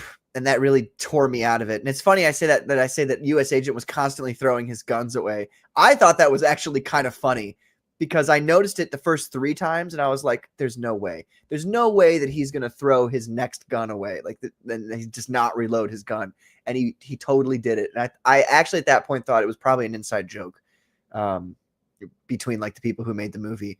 And that's pretty funny. But that scene where they're climbing up the elevator shaft, 2 problems. First of all, US Agent jumps up. I know I'm getting hyper autistic about the action, but this is how I am. US Agent jumps up to see, if he can reach the next whatever. And then when he comes down, he like hits his back and he's hurt. And it's like, that doesn't make any sense. Like, when was the last time that you jumped to the full ability of your, like the full height of your ability, and then came down and weren't prepared to land? I know it's a small thing, but do you know? Yes, I thought the exact same thing, dude. It was like, dude, I hated that. Fine, like if you had the strength to jump that high, you have the strength to land, and you'd be prepared once you're falling, dude. The insult that they did to every guy in this movie, man. Yes, that also was pissing me off in the first 40 and it minutes. also I'm like, makes enough no of this shit. it makes no sense when they finally do get up there, which is how they're moving like 1 inch every 5 minutes, right? Right. This guy jumped up what, 7 stories? Uh-huh. All you had to do is open a latch. He clearly got high enough to the latch at the rate they were climbing. So, well, actually, the thought occurred to me afterwards. U.S. agent could have actually made it to the top. All he had to do was not rappel, do a back and forth, hop off the sides of the silo. Because if he could jump that high, probably a second jump would have done it if he gained traction off the side and do another jump. Or just do it like maybe 3 jumps up side to side and he would have made it. Yeah. Or take your shield. I mean, I don't know if his shield is, I don't think his shield is made out of vibranium, adamantium. I'm not sure. I think it's just like a regular metal. But his strength combined with his shield, I'm sure he could like embed it into the wall and make another little platform to jump off of. You know what I mean? But that whole like, what we're going to do is, first of all, the whole Bob being like, I've got an idea. And then they get up to a height where they could all die from falling. And they're like, so what's the end of your idea? And he's like, I don't really have an end of my... See, okay, now that's a palate cleanser. All right, here's a palate cleanser for you guys. There you go. Here's, in my book... who's that? A 9.5, maybe a 9.8, actually. That's a 9.8. Yeah. Yeah, this is she's a model. Nicole Mejia, Colombian chick. Oh, those Colombians, dude. You could thank me later, by the way, guys, when you look her up. There's a lot of pictures of her online. Yep, she's a babe. There's no doubt about it. This is a go-to. This is definitely a go-to. Lady, don't do this to us, man. Don't do this to us. No, she's not. No, she's not, fella. Is she working for Victoria's Secret? She's done all kinds of... She's retired now, but she's done all kinds of model shoots. And she's not... I verified that this chick is a genuine biological... He's verified, he said. So, define verify. We don't need to go into detail. I think we all know. Not personally. I mean, look, I wish personally, but no, not firsthand. But, anyway, let me take this off before people start. So that I'll be back in about 7 minutes. Sure you will, Patrick. Don't forget the box of tissues. Right. So yeah, that scene, the whole climbing up the elevator thing really bothered me, especially when the sneeze happens and they all drop. Like, okay, physically speaking, they would have all dropped and they would have all died except for U.S. Agent and maybe Black Widow if she shot like a rappel. You know what I'm saying? Everybody else would have been dead. It felt like a scene from a sitcom or a comedy. Yes, exactly. It was so like cartoony in its like, no, that wouldn't happen. The tone is always off a little bit in this one. The one of the best things about this movie, which nobody's mentioned so far, is that Taskmaster rolls up and then just gets her brains blown out. That was so great. I laughed out loud when that happened. I was like, yeah, nice. Because I was thinking about how everybody hates that version of Taskmaster. And I guess they like knew that and they were just like, yeah, we're just gonna have her get her brains blown out in the very first scene. It's like, okay, nice. That was good. I like that a lot. Oh, fuck you. Do you want a different kind of palate cleanser, Patrick? Or you want me to find? Oh man, I don't even know what that means now. Some bodybuilders, maybe. I want you to find a beautiful painted picture of Dr. Doom. That would be a nice palate cleanser for me. You're not helping your case here. No, it's just Dr. Doom is beyond. He's beyond all those Dr. Doom on the beach. Lesser physical desires. So you're saying you're into costumes. You're into... I'm saying that if you said to me, hey, would you rather lay that Indian chick from Thunderbolts or have a full suit of Dr. Doom armor? I would be like, well, obviously I want the Dr. Doom armor. Well, it's kind of like the recent like craze of chicks posting me or PS5. Right, you know, like these internet thoughts. Yeah. You're like, oh, you know, a picture of them in the bikini and being like, me or a PS5. I'm like, I think I'll take the PS5. Yeah, do you know how much those cost right about now? It's expensive. let's see here. I'm not done with all the bad things of the movie. What else is bad about this movie? And if you take her, she's going to end up costing you way more than a PS. Yeah, right. Florence Pugh's got these weird lines on her neck. I don't get it, but that's okay. I can look past it. She did have a her same attitude in the first half as she did throughout Black Widow, which I was like, okay, this is going to be unbearable unless she shuts the fuck up and stops making these stupid jokes. And see, that's what they're not fat rolls though. It's a weird, some women from European descent have these, like French women. And I'm not sure if she is actually French or not, but I've noticed it most with French women in my experience. And this is from women I've known in real life. And also women that I've known in real life. This is the same. I thought you were showing a topless picture for a hot second there. And no. What have you done to us? No, That's the same she chick, looks dude. very different in these pictures than she did in the other one. She's got short legs. All right, we got to kick Frederick. You're short. What kind of absolute not. Normally legs are about half the height. Oh the my same height God, as the dude. rest of the body. Anyway, this is the same girl from before, Nicole. Yeah, so She's see a little more of her. I think the kids these days would call her a brick house. Turkey neck when they don't shower. She's what the fuck? She's a house that I want to be in. That's for damn sure. I'll tell you that. Anyway, just wanted to give you a little more. Thank you for that. We appreciate it. Okay, where was I? So you keep distracting me now with women. That's it. I'm done. So they get out of the prison thing. Bob, I was like, I wasn't, to be honest, I wasn't all that. I was like, okay, he's there. I know how this is going to work out because I know how the character of the century is.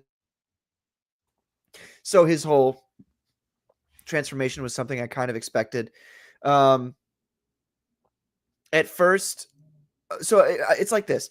At first, I was really worried that this movie was going to make all of the same mistakes that Black Widow made, but it seems that they learned some lessons. Red Guardian is not nearly as much of a total fucking loser as he was in Black Widow. He's actually like kind of rad in this one. He's the positive guy, the guy who's like getting people to do things, and I thought that was pretty cool. He is still goofy, he's still joking around, but it worked more in this one because in this one he was like, he works as an Uber driver essentially. And if you can imagine being the hero of your entire nation to going to being an Uber driver, you're going to get really excited about the chance to become a hero again. So it made sense. Florence Pugh's character progression was really, really, really well done. That conversation, for me, my favorite part of this movie was the conversation that she has with Red Guardian right before shit really starts kicking off with the Void. Yeah, that was the final come to Jesus. Great conversation. Moment.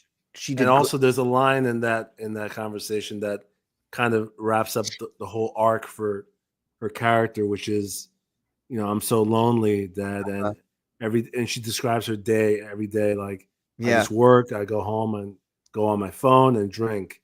Yeah, and like that pretty much sums up what's happening with the current generation of single depressed people, and that's why I thought this line hit fucking hard.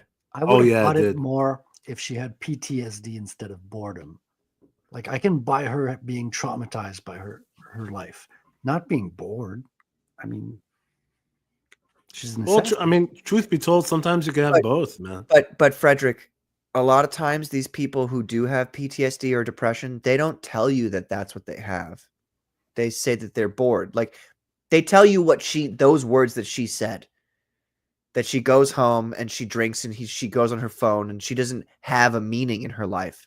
So she, a lot of those guys, a lot of those people who have this issue, they don't necessarily have the verbiage to express exactly what it is that's going on with them. A lot of depressed people don't go around saying, I'm depressed. In fact, most of the people who go around saying, I am depressed or I have depression are kind of like looking for attention. You know what I mean? Yeah. Yeah, you got a good point. So that line of her saying like what her daily life was like, and you know, she's great, she's a good actress, and she's got, you know, a tear or two coming down her face, like that really. And then you pan back to Red Guardian, and it's this fatherly look of like, he fucked up and she's in so much pain, and there's nothing really that he can do about it, but he still cares about her.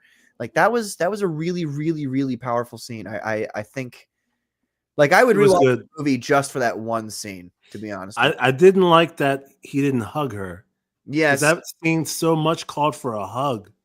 And I'm like, oh, there can't be any contact between anybody in this movie, right? Mm. Well, they didn't have an intimacy coordinator that day on the set. Right. Yeah. Those things can go wrong, Carbon. You know? Got your hand in the wrong place. Your career's over. Florence Pugh does not want to be touched by any man. That's what it is. I don't know. I think I could fix her. Yeah, with a crucifix. Crucifixer.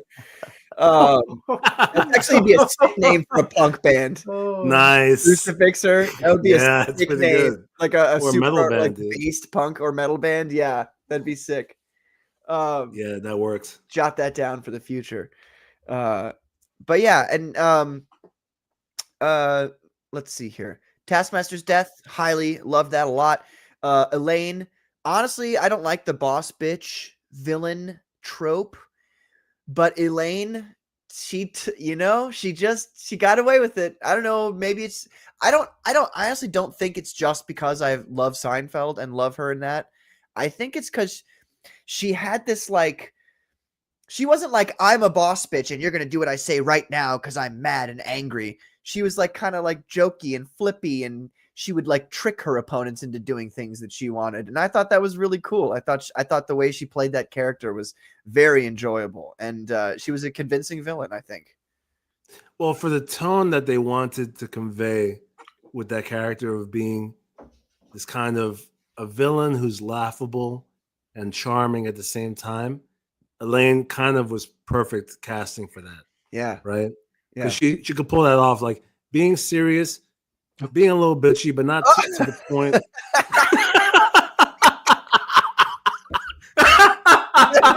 Now we know how Frederick does such great work. Oh, shit. Face reveal. Oh, shit. I'm not judging. Was that Nick Requeda? I think that was Nick Requeda on stream. It gets hot in here in the summer. It gets hot. Hey, I'm not judging, bro. If I was home alone, why bother? At least it wasn't a lower shot. You know what I mean? Yeah, no, we're lucky that it was the. I still wear pants. Yeah, there's some modicum of decency. Oh man, that's a but highlight. I will tape that camera in the future. Holy shit! Yeah, I think my cam just went out, so we went to the basic cam. No, it's okay. Wow. It could happen to you. Look, it could happen, and there's worse things that have happened to people on the internet, so don't feel bad about it. Oh no, that could have been way worse, but that was just could have been way worse.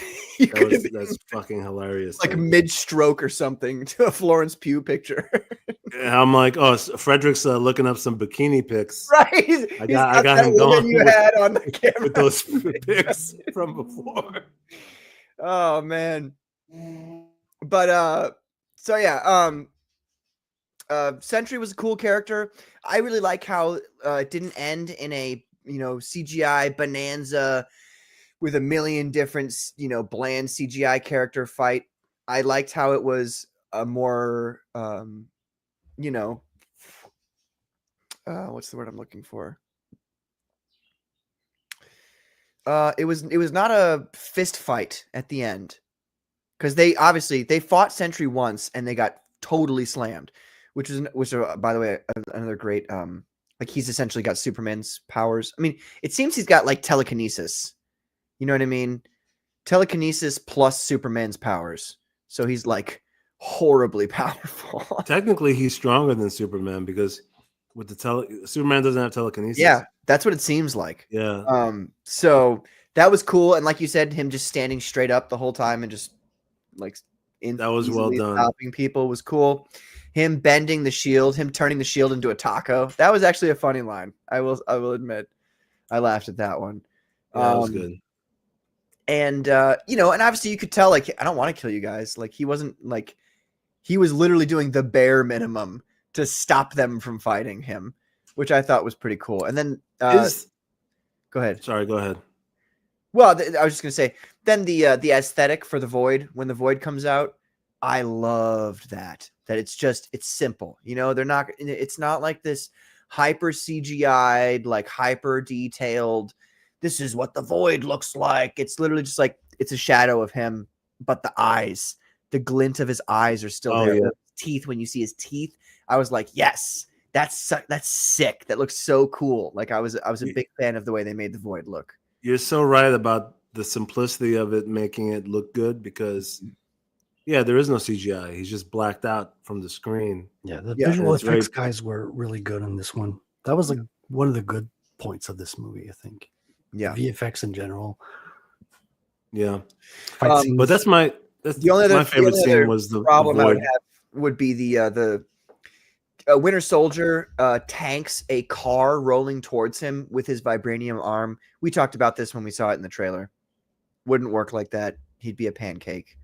I didn't expect Elaine to trick them at the end there, where they're like, they're moving in on her. They're like, all right, we're going to bring her in.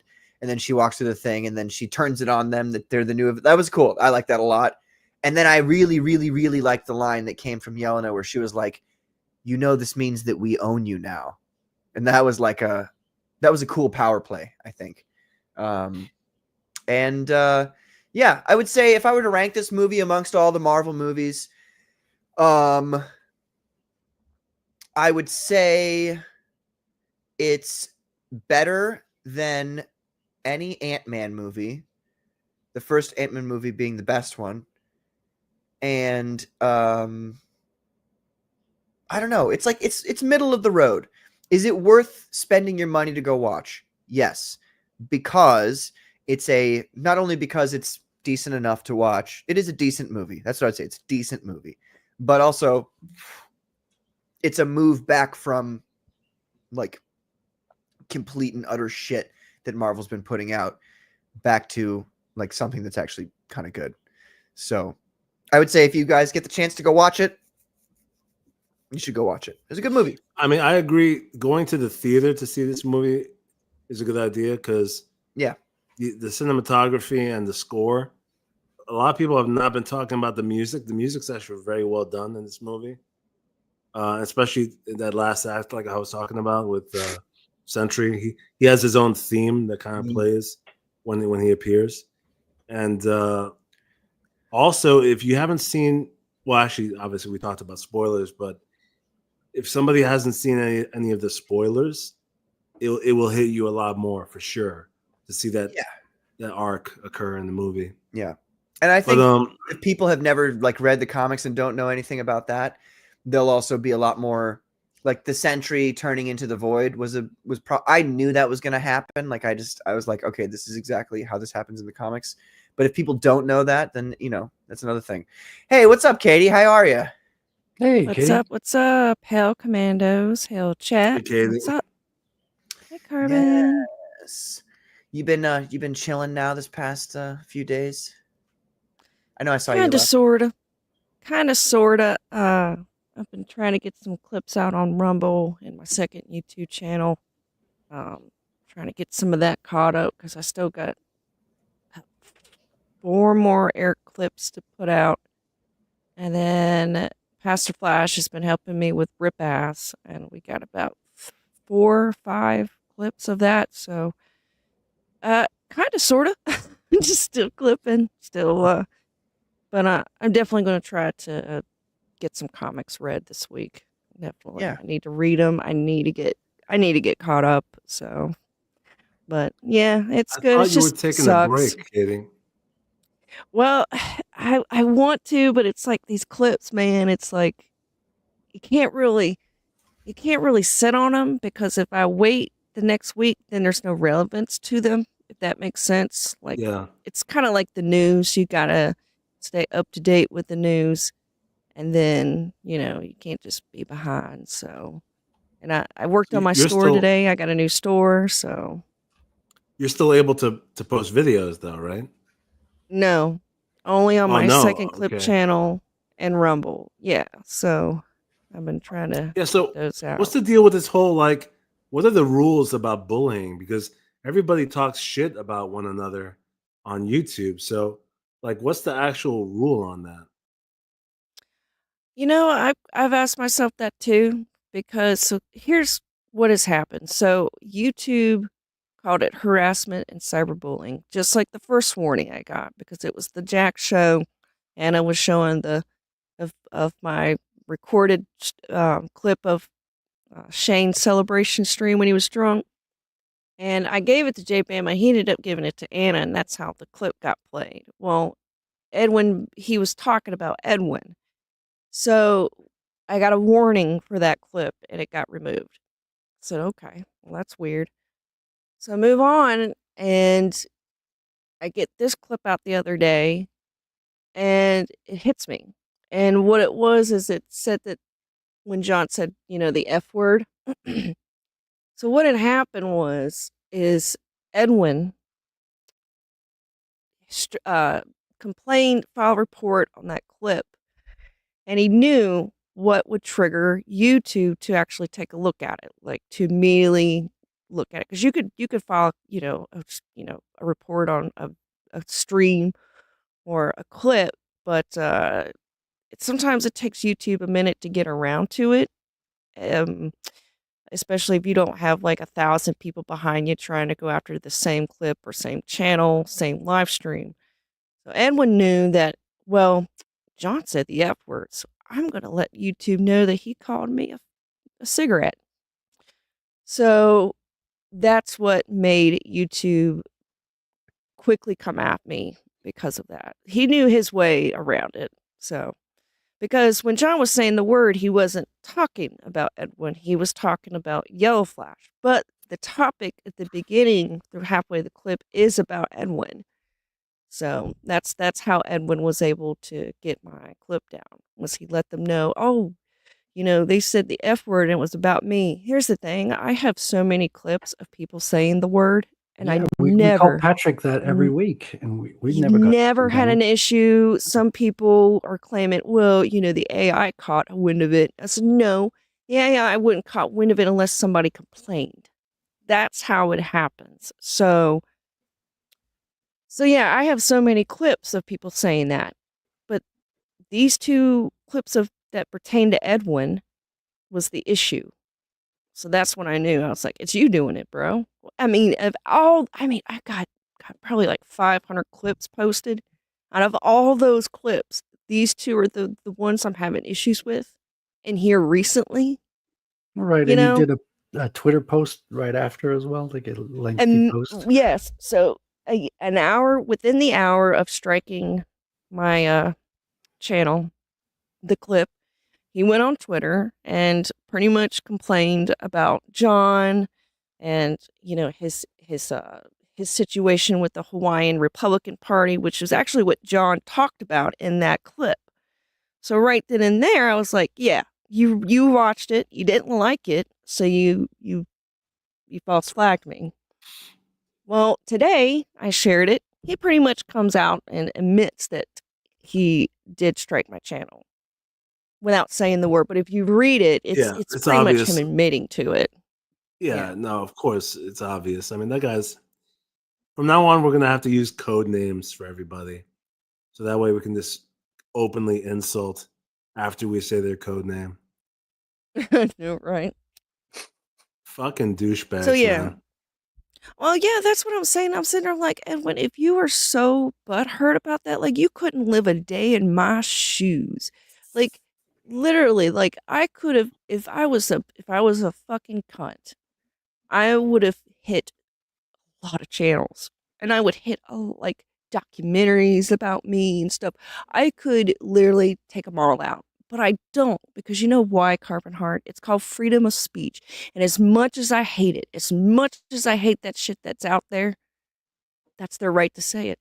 Who am I to take that speech away from them? That's the point of it, right? Like, everybody has a right to say what they want to say, even though it's the most fucked up foul line bullshit. So that's why I'm saying, like, and when you couldn't, if he lived a day in my shoe, he probably Minecraft. Like, I mean, seriously. And it Well, the tells truth of me, the matter so is I've got the bigger balls bigger than you, Edwin. You know? the bigger your channel gets, and the more attention you get, the more villains you're going to encounter. Basically, you know, it's just Yeah. the reality of it. You know, and I wish I can go back and like take all the clips that I've uploaded over the year and so and put them on Rumble. I should have done that from the beginning, but I was ignorant. I didn't think it would be what it is today. But from here on out, everything is going to be archived over on Rumble, just in case, you know, it gets taken down. And if I get a chance, I'll try to slowly add. It's going to take me a long time, but I'm going to try to slowly add all the old clips from this past year onto there as an archive, because they need to be archived. It's a lot of CG Rippaverse history there, you know. So yeah, it's stupid. Can't stream. I can't promote anybody. Like, I had to let the Kings know the other day, like, guys, I just want to let you know I'm not going to be able to promote you or the other, you know, other people for at least a week. So, you know, it sucks. It's not only hurting me, you're hurting the people I'm trying to promote. Like, I've got a lineup of new guys that want people to see their campaign that nobody knows who they are. They just have these really nice campaigns, and they want people to have eyes on them. And I'm offering that platform for them for people to see their campaigns. Well, you literally took that away from them, Edwin. You literally took away a promotional / clip channel. So yeah, and you lose momentum too. I've noticed with YouTube, if you're gone for a little bit, you can fade away quickly. It's important to have the momentum of stuff continuously being posted.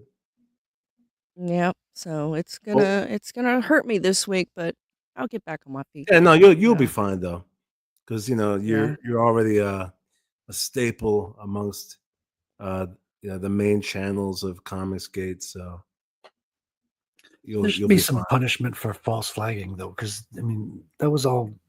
I mean, it's infuriating that you hurt so many people when you're butt hurt. You know, just one person that gets butt hurt, and it has like a domino effect of all these creative people who are trying to build something. Yeah. Yeah, it's bullshit. I mean, of all people, it's Edwin. Like, when it first happened, when I had my first warning with the Jack Show clip, which, by the way, I did put that on Rumble, guys, if you want to go see. I was like, okay, it's probably Edwin, but it could be a range of people, like a range of people that really fucking hate my guts.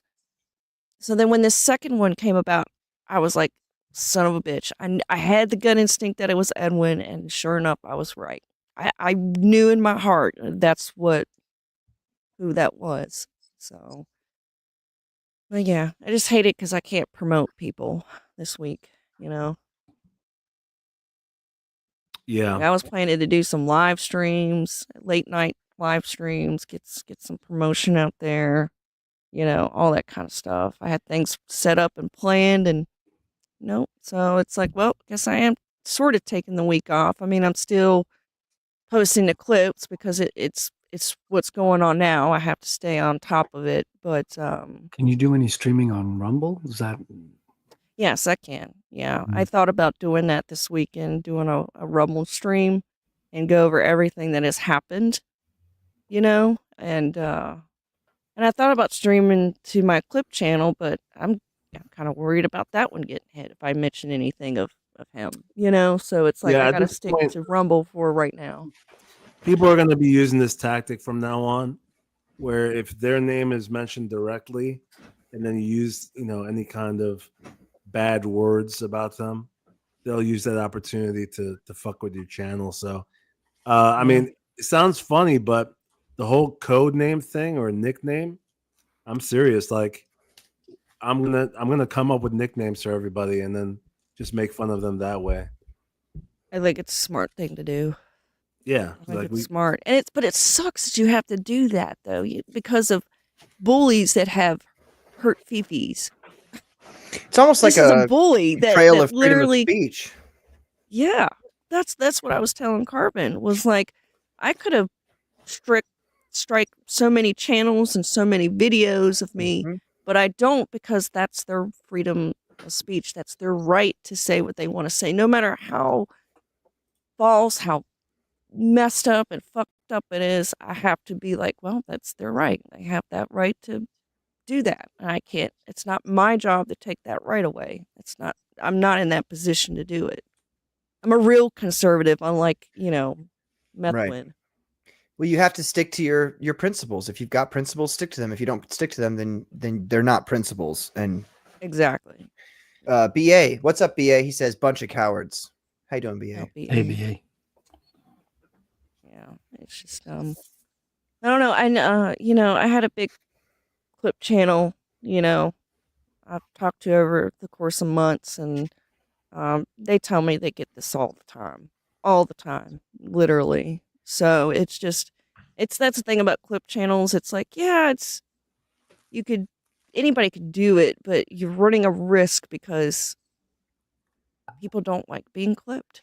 People don't like being clipped in their own words. And see, what makes me different from a lot of people is I make sure it's transparent. You get what happened before it, during it, and after it. So you have full clarity. There's no clipping out of context or anything, because I hate people that fucking do that.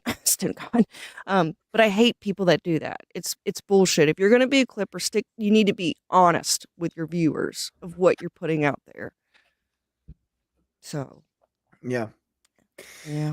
That's a weird thing too. Like there should be some sort of, now the problem is that YouTube is a private company, so they can actually kind of just make their rules outside of freedom of speech. But the idea that you could clip somebody in their own words and just all you're doing is representing what they have said themselves, and you can still get like hit for that is wild. I mean, it gets to a point where it's like, at that point, it's like, okay, well, if you're striking her channel for simply representing what somebody has said in their own words, then you should strike that original video too. Like if they said something and you just copied it and then they struck you, that same video that they said it on should be struck as well. Like it should be removed. Right? If you want it removed, fine. We'll play that fucking game. That's fine. That logically follows.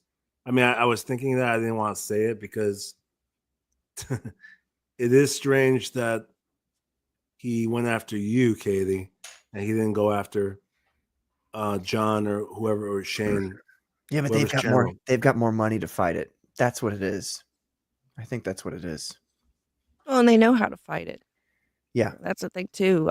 The Jack Show was on Anna's channel that got taken down. Anna is a master at figuring how to deal with YouTube.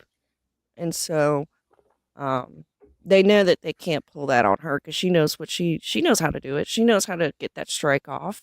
She's a veteran. She's done it for so many years, and yeah, it's pussy behavior. It's just, to be honest with you, I'm so fucking tired of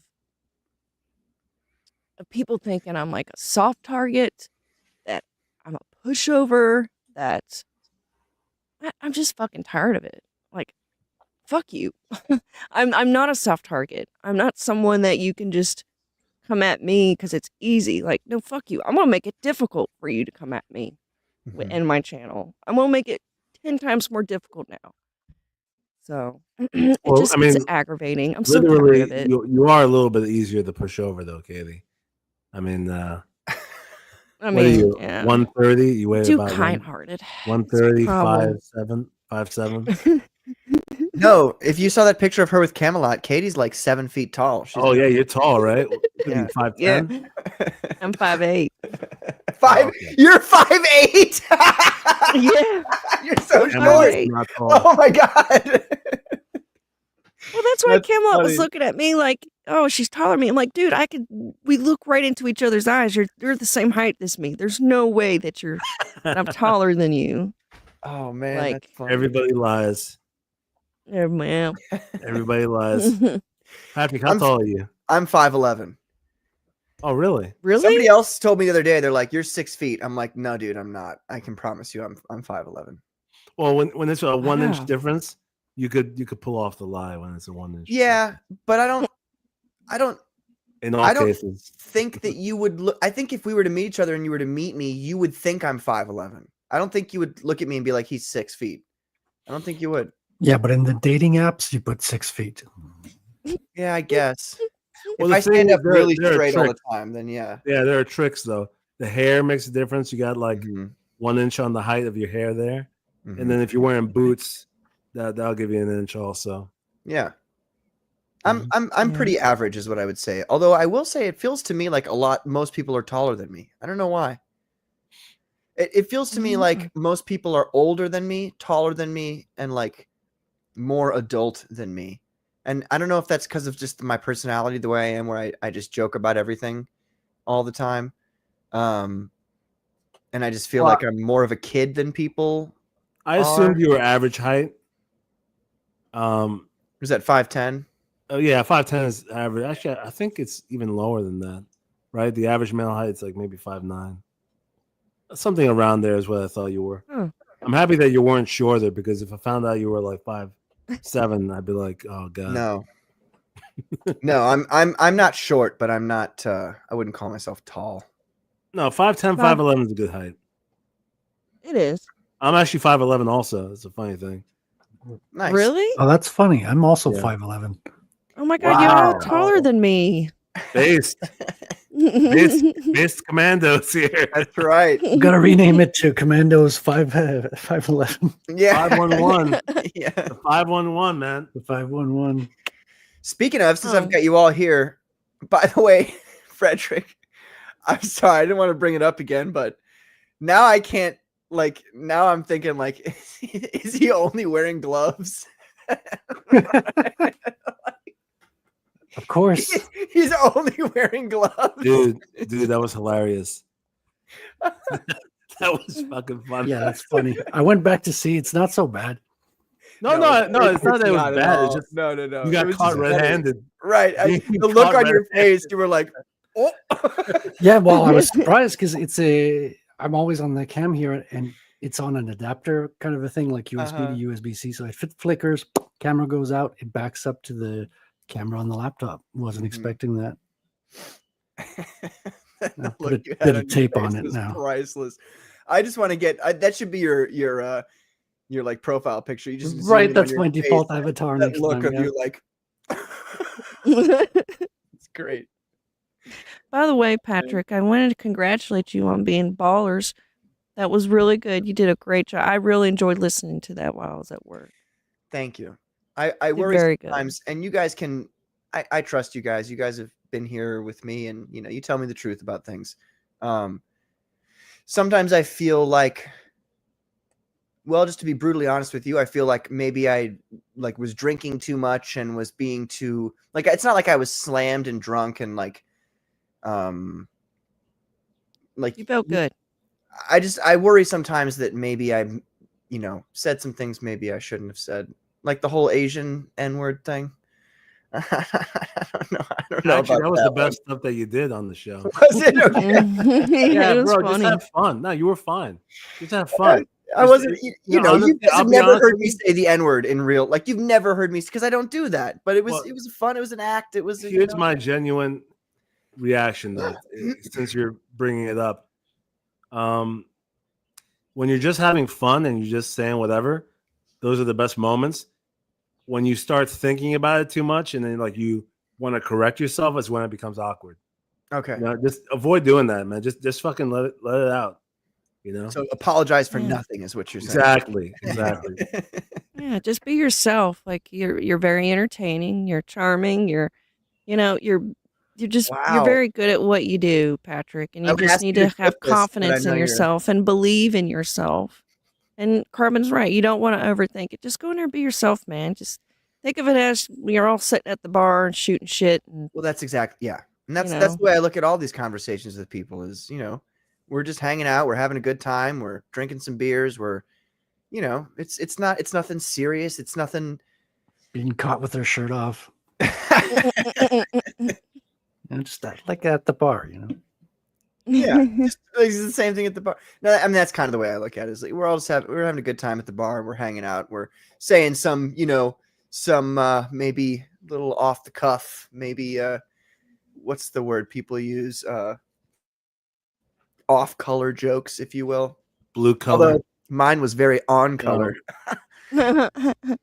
So, by the way, I'm starting to think that that was intentional by Frederick.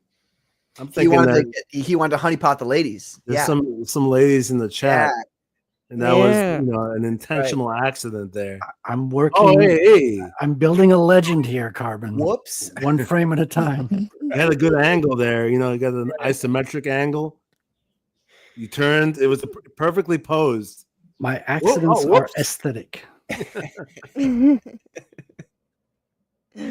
Good stuff. So, and then okay, so let me see here. Thank you, Katie, for that. I appreciate that. I just want to let you know, so when you get back on there again, especially if Ethan does Comicsgate Live. I hope he does it. It needs to happen, but I can also understand his feelings about it. But when you get on there, you'll be perfect for it. That's why I mentioned you last night. That's why I was telling Ethan last night. It was like there's so many wonderful guys here that are very humble and just happy just to be there for just 5 minutes just to pitch their comic. Like, I think we've got a good Comicsgate generation here that has learned the lessons of the past, and those DMs that Ethan's been showing shows that. It shows what you should do and what you don't do. Yeah. And this is what happens when you take something for granted and you don't appreciate the opportunities you have, and there's consequences to that when you don't act professional too. I mean, how many people? Yes. It's almost like these guys have never worked in a regular work environment in their life. Like I work in the automotive industry, which I think is the ultimate like Comicsgate prep job, because what it does is it forces you to first of all do customer service, talking to human people. A lot of people maybe who you don't like. They've got opinions, or they say things, or they're annoying, or they're pushy or entitled or whatever. And you've got to be the patient guy. You've got to say, oh, okay, I understand. Oh, you want me to double check the pressure of your tires? Okay, we'll do that. Don't worry, we'll get it all squared away. You've also got to, because within the context of the automotive industry, let me tell you something. It's funny when people come out from other industries and they come into the automotive industry, and then they're not prepared for the shit talking and the there's, oh my gosh, the things that we say to one another are wild. Like one of my coworkers told me 4 times in the past week to kill myself, and I thought it was, and a lot of people who aren't from the automotive, they'll be like, oh my God, that's horrible. And it's like, no, you don't get it. We're at that point in our relationship where we're so chill with one another that that's the kind of thing we're saying to one. It's so like we're constantly making fun of each other. It's a constant ball busting thing, and when you get used to it, and you realize this is how, not being a certain way towards you, Katie, but I'm just saying this is how men are. Mm-hmm. Men just make fun of each other. That's how they show you that they're chill with you. Because they know that if they can make fun of you and you don't spurg out like a weirdo, that you're chill. Like Superman did in that trailer. Right. Exactly. But he was talking to a woman, though. He was talking to a woman, though. Still, you can't spurg out. Men do that with each other out of a natural instinct to actually gauge the threat within the group. Right. It's actually instinctive. Yes. It's actually a necessity for men to bust balls with each other. And that's why I like seeing some of these grown ass men like Headwound and others. It's like, and looking at these DMs, it's like I couldn't even do that. Like to just, the only time I ever message Ethan, it's like, here's a clip, here's this, okay, this is the context, and that's it. I don't message him every day, be like, hey, does this clip look good, or what do you think I should title it? Oh, have you heard about such and such? Like, it just blows. You think I'd be used to it by now, but it still blows my mind how unprofessional and such wussies a lot of these guys are. It's so crazy, Hey, Salty. What's up, Salty? It's just, I just don't understand, like, why men are supposed to be the alphas. They're supposed to be the non-emotional people, right? They're supposed to be have a sturdy. What's the old saying? I can't think of it right strong, now. silent type. Yeah, that's got their head on their shoulders. That. Yes, that's a good one too. It just blows my mind, and that's why I'm like, thank God that like you, Patrick, and Frederick, and so many others that I have on my show promote, like, you guys are nothing like them. And I'm like, oh, thank God I don't have any of y'all DM me like that. Oh my God, thank you so much. Because it's yeah. It's just, in fairness, wild. there's been some times where I've DM'd you, Katie, when I was fucking mad about something. And I felt bad after but I felt bad after doing it. I was like, oh my gosh, she doesn't. No, but see, you don't do it every day. You don't constant. It's every blue moon, and it's usually when I'm pissed about it too. So I'm like, yeah, let's fucking talk about it. I'm fucking irritated too, Well, Patrick was bitching there's a about difference. me. Patrick was sending me DMs about me. Kind of. I mean, I have nothing. I have never said anything behind you or Frederick's back other than glowing things about you. Because what am I? You guys are awesome, and I'm not just saying that to blow smoke up your ass. Like, you guys are awesome, and I appreciate you guys more worried. than I can say. So I'm not worried. You shouldn't be. Yeah, me neither. Although now you've shown us that picture of that Indian lady that you thought was super hot. You probably I might be saying some things to some people. Honestly, I'm disappointed in you guys. I thought you were a little more multiculturally. What is this picture of this Indian woman that you're talking about? We saw Thunderbolts, Katie, and there was this Indian lady in the movie, and Carbon's all goo goo gaga over her, and he thinks that Florence Pugh is not attractive. He called her frumpy. He said she had an H body shape. She's frumpy. She's not. She's a babe. She's cute at best, but hey, let's not twist it. The Indian chick, I said the Indian chick was cute. I didn't say she was hot. And I gave you that palate cleanser. That other chick. The palate cleanser was fine. The model, the 9.8 was something else. See, Salty said she's mid. So she is mid. Salty knows. What? Wait a minute. Wait. Exactly. So you talking about Florence Pugh? Or are you talking about We're not talking Indian lady? about if she's hot or not. We're talking about which one is hotter, the Indian or right. And if we're talking about which one is hotter, it's 100% Florence Pugh. 100%. It's arguable. They're close, honestly. The two like of them are you close. said in your own words, the other woman was like a DEI insert. No, that was Frederick who said that. Well, he's not wrong. Well, yeah, I'll agree with that. But she got a body like a brick wall. No, more like a brick house, brother. H. She's shaped like an H. Ow. She's shaped like a hospital building. Oh no. Oh no. Oh man. Well, let me see here. Folks, we have a very short period of time. 10 days left for phenomenon number 2. There's many different options for people to back. You might be wondering, why would I back this comic book? Well, these people on the panel might be biased, but they know, as they've backed me, that I have fulfilled all of my campaigns, my first 2 campaigns, and it was within like a month and a half of of the closing of the campaign that it's fulfilled. So if you're wondering whether or not I do that kind of thing, I do that kind of thing. This story is a continuation of the main phenomenon series, where now the Lantern Terrorist Organization, which is these guys right here, they are conducting a heist on the defunct Soviet, the Moscow Zoo, to get some DNA so they can create super soldiers of themselves so they can combat the powerful Soviet Union, which now has superhumans, 2 of whom are pictured right here, the Blue Rose and Minotaur, who we all saw in Phenomenal Tales #1. Minotaur, which you can back right now with the beautiful Frederick Guman cover right here for only $10. He was featured in that one, but he has grown since then. He has grown since then. Yeah, and that one he was about he was 6'3". About 6'2", 6'3". And now he's approximately 7.5 feet tall at the moment anyway.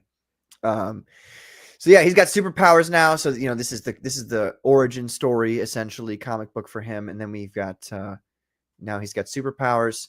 Obviously, you see he tanks a 9x18. Actually, I might be ashamed of myself here. Makarovs are chambered in 9x18, are they not? Right, Katie? Right. Right. That's what I thought. Okay, good. So, all right. And so yeah, this is the same artistic team that was on Phenomenal Tales #1. Essentially, Quinlan, Sepulveda, Gilmore, Peter Gilmore, the amazing, on the colors here.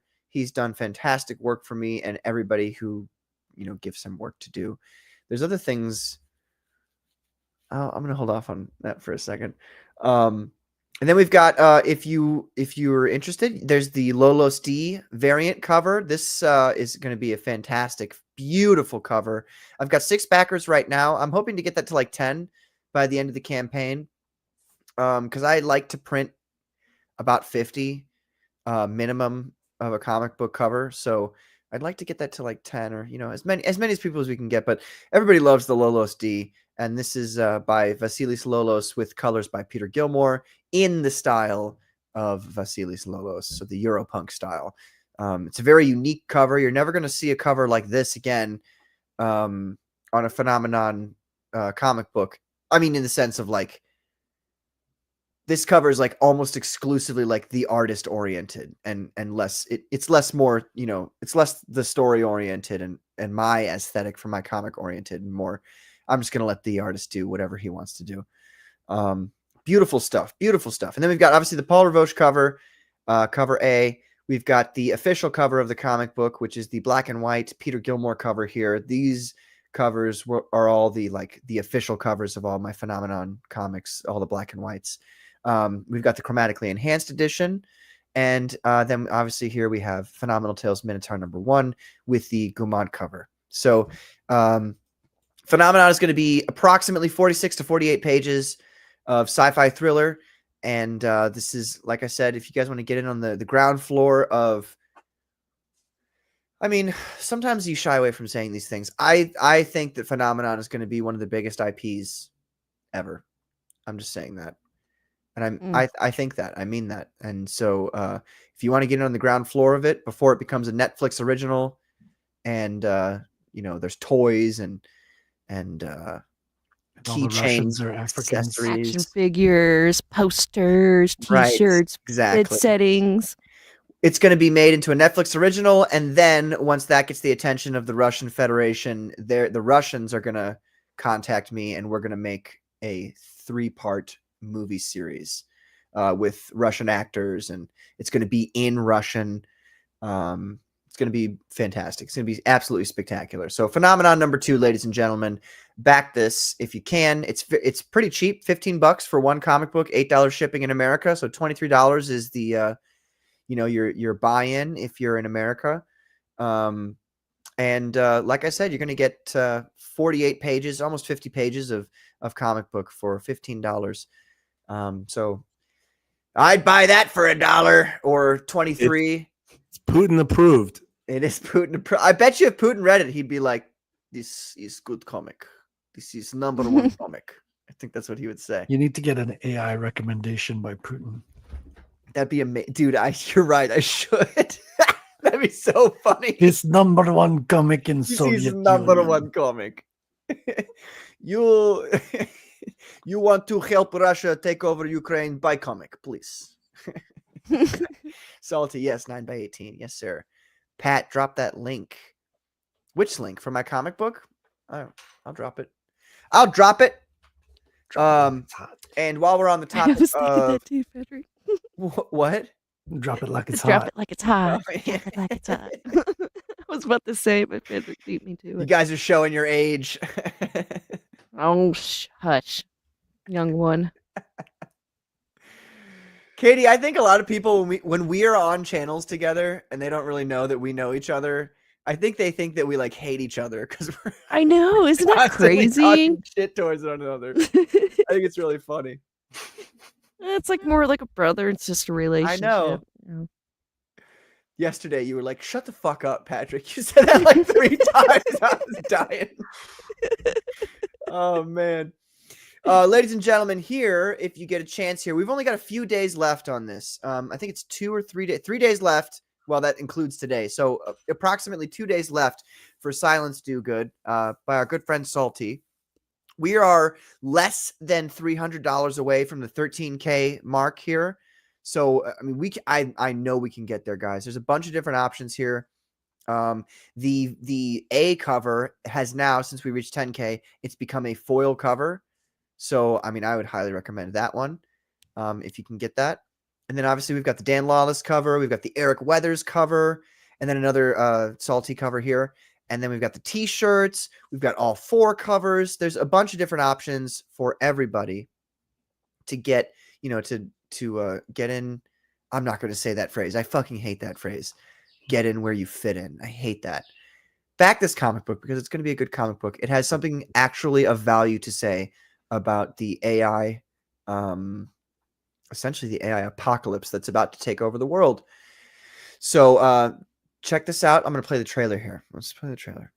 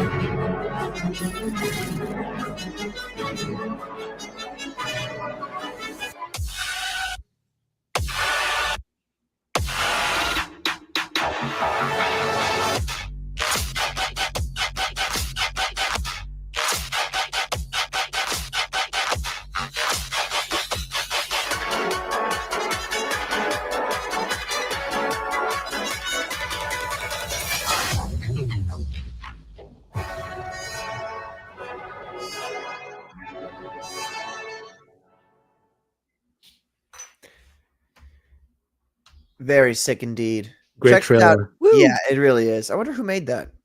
Salty, who made that trailer? On Class. I like the musical journey that it takes us through. Yes. Yeah. Vivaldi's 4 Seasons in Vienna. Wow. Man, yeah, you know how many women in our chat you just made slide straight off their seats? Let me pull out my violin. He knows classic music. Oh my god. You guys are out sexying me today. I have to do something to make myself look more sexy. Both of you have been just me and my editor. Oh, I mean, it's not hard. Frederick wins for tonight. Wow. Wait, what did get the fuck out of here? What did say? I said you guys are out sexing me, and she's like, "Well, it's not hard." Oh damn! The nerve, Patrick. The sheer audacity. So yeah, ladies and gentlemen, fantastic stuff. I'm gonna post the link in the chat here. If you can back it, even if you can just back the lowest tier, the $25 tier for the first comic, like do that if you can. It's sure to be a great comic, and it's about 78 pages, I think he said. Where does it say that? There. It's approximately 80. So yeah, 78 pages. So that's a fat book right there. You know what I'm saying? So. Mm-hmm. Why did you say that like that? It's a thick one. Mm-hmm. You said that like a black woman, kind of. All thick and shit. Amazing stuff. So yeah, that's check that out, folks, and then check out Phenomenon if you get a chance. And we're gonna be closing out Phenomenon on the 24th. Yeah, Saturday the 24th. Nice. So we'll have our regular show next week, which is actually it's just gonna be a Phenomenon exclusive show. So if you guys have any questions about the universe other than the height that Minotaur possibly could grow to, what is this unique rule so specific that you created spontaneously right there? There's lots of questions that I just won't answer, but I'll answer as many as I can. So yeah, next week we're going to have a Phenomenon special on Comicsgate Commandos, and then on Saturday we're going to do the closeout special as well. So that'll be a good time. Woo! Nice. Yes. Woo! So something we haven't talked about, Patrick. I was going to bring it up last week or the week before when the latest GTA 6 trailer came out. Mm-hmm. It's funny because I had mentioned it just a few days before it came out. I was saying that I was looking forward to that game within the coming years, and then the trailer came out. But yeah, no, it looks phenomenal in my opinion. Well, let's take a look at it here. Frederick went over the whole thing on his channel the other day. Oh yeah. Well, before y'all go into that, I'm going to go ahead and hop off here. Thank you. Well, we lost Katie talking about video games. Follow her on Rumble. You can't afford to drop off this show right now. You're not streaming at all. You got to get your hours in, sister. I know. I need to be good about coming by every Wednesday. No, I think I'm going to do like a really super short stream on Rumble tonight, just to give everybody the update about the new store and stuff. And then it's probably like an hour I'm probably going to do, just kind of check in with everybody, let everybody know what's going on, what the plans are, and all. So I figured since I already got all my shit set up, I might as well do like maybe an hour. Just kind of check in with Comicsgate and all that stuff and promote my store. Yeah. And all that. So, but no, I appreciate you, Patrick, Frederick, and Carmen. You guys are awesome. I love the Commandos. I'm so glad to see it grow, and it's well deserved. And you're my brothers in arms, and we will continue fighting all the way through. And I'm honored to stand by you guys in that fight. So thank you. Before you go, I would like to ask you a question here, since you're all here. Sure. Well, first of all, send me guys your shirt size. I'm gonna make Comicsgate Commando shirts. I have the permission. Well, if you want my shirt size, just go back in the stream. Right, measure. Right. You get a good shot there. But I got the go ahead to brand these shirts with the Comicsgate on them from the Emperor himself. Ooh, so nice. we're gonna make some shirts.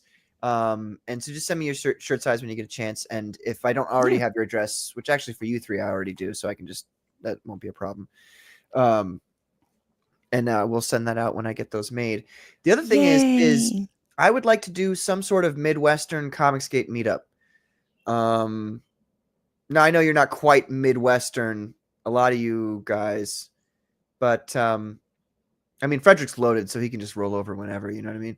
But also, he gets money from the feds because Frederick is a Fed. So hey, Fred the Fed, as we established on Elliot's channel earlier what today. Fed am I working for exactly? The Canadian government? I don't know what's worse, the Canadian or the U.S. government. I'm not sure.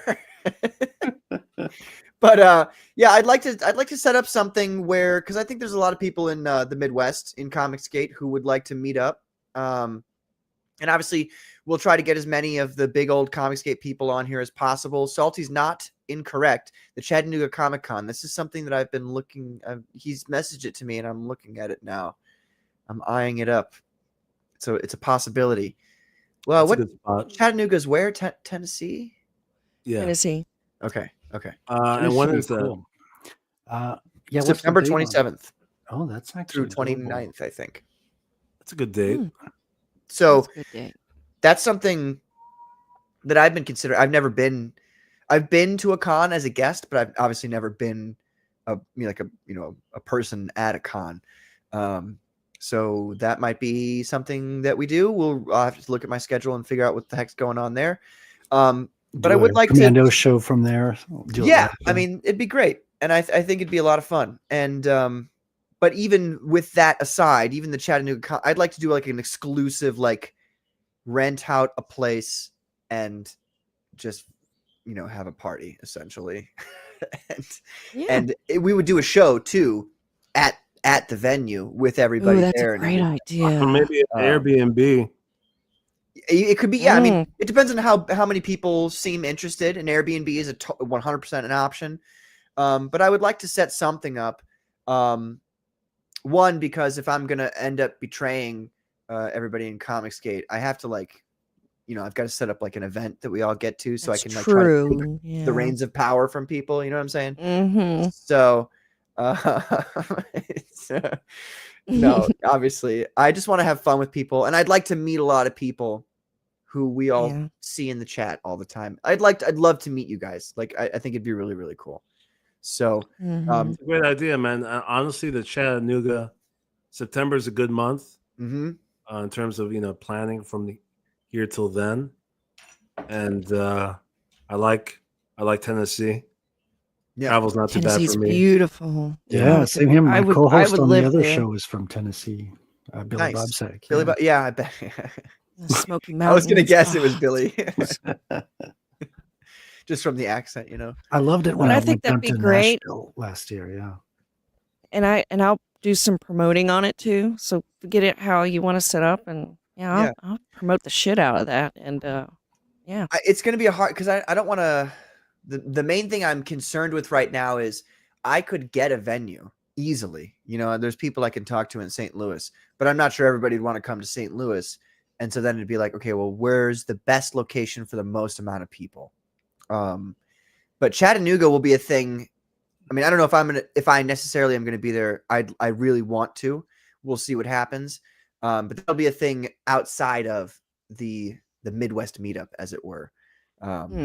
So we'll see what happens. But I'd like to get people's opinions on things and see what we can swing, because it'd be really cool to meet all these people who you only see them in the chat, and it'd just be a lot of fun. I think it'd be a lot of fun. great idea. It's a good start too, because if it's successful, then you know what to do for the next time. Well, Right. like I think my dream is Comicsgate to should have do some an meetups. annual Comicsgate meetup that everybody's Yes. at. You know what I mean? Yes. That's my dream. So and if JJ comes in something else than a horse and buggy, we can unmask him. yes, kindly ask him to get the fuck out of here. It'd be awesome. Well, good deal. And Yeah, don't worry, give you my Carmen. We'll search make sure the address. press doesn't take any pictures of you. Well, obviously You at can that wear that point, mask you wore at Halloween. no, I mean by that time I'll be. It's the cat's gonna be out of the bag, but yeah, I'm willing to take that dive. Oh, so now you're planning a camera accident. That might be the good method to go for that. Actually, that would be. Well, I think that'll do it for us on the Comicsgate Commandos tonight, ladies and gentlemen. We've gone for about 2 hours and 40 minutes. I want to shout out the Eric Weathers comic that I received in the last week. Isn't it beautiful? Yeah. I got mine. I'm just like flipping through the pages, and it's so gorgeous. These are all unique. Like, no one has an exact copy of this cover because it's generated by a script. So when he said that, I just fell for the gimmick. I just absolutely love that kind of detail. Look at the no, go scroll. Wait a minute. Go back to that picture of that gun. Look at that. Yeah, he's great with the guns. He's right there. Superb with the guns. Oh my gosh. Oh, here. Yeah. Beautiful. Beautiful, beautiful, beautiful. The colors are pretty good too. clean Like, and crisp it it's all is. blue in the foreground, distinct from the background. Yeah. You see a lot of incomprehensible, because of the line work, incomprehensible books these days. But this is not the case with I love his style. I have to get number 1 because this is number 2. Yeah. I got to get the rest of the story.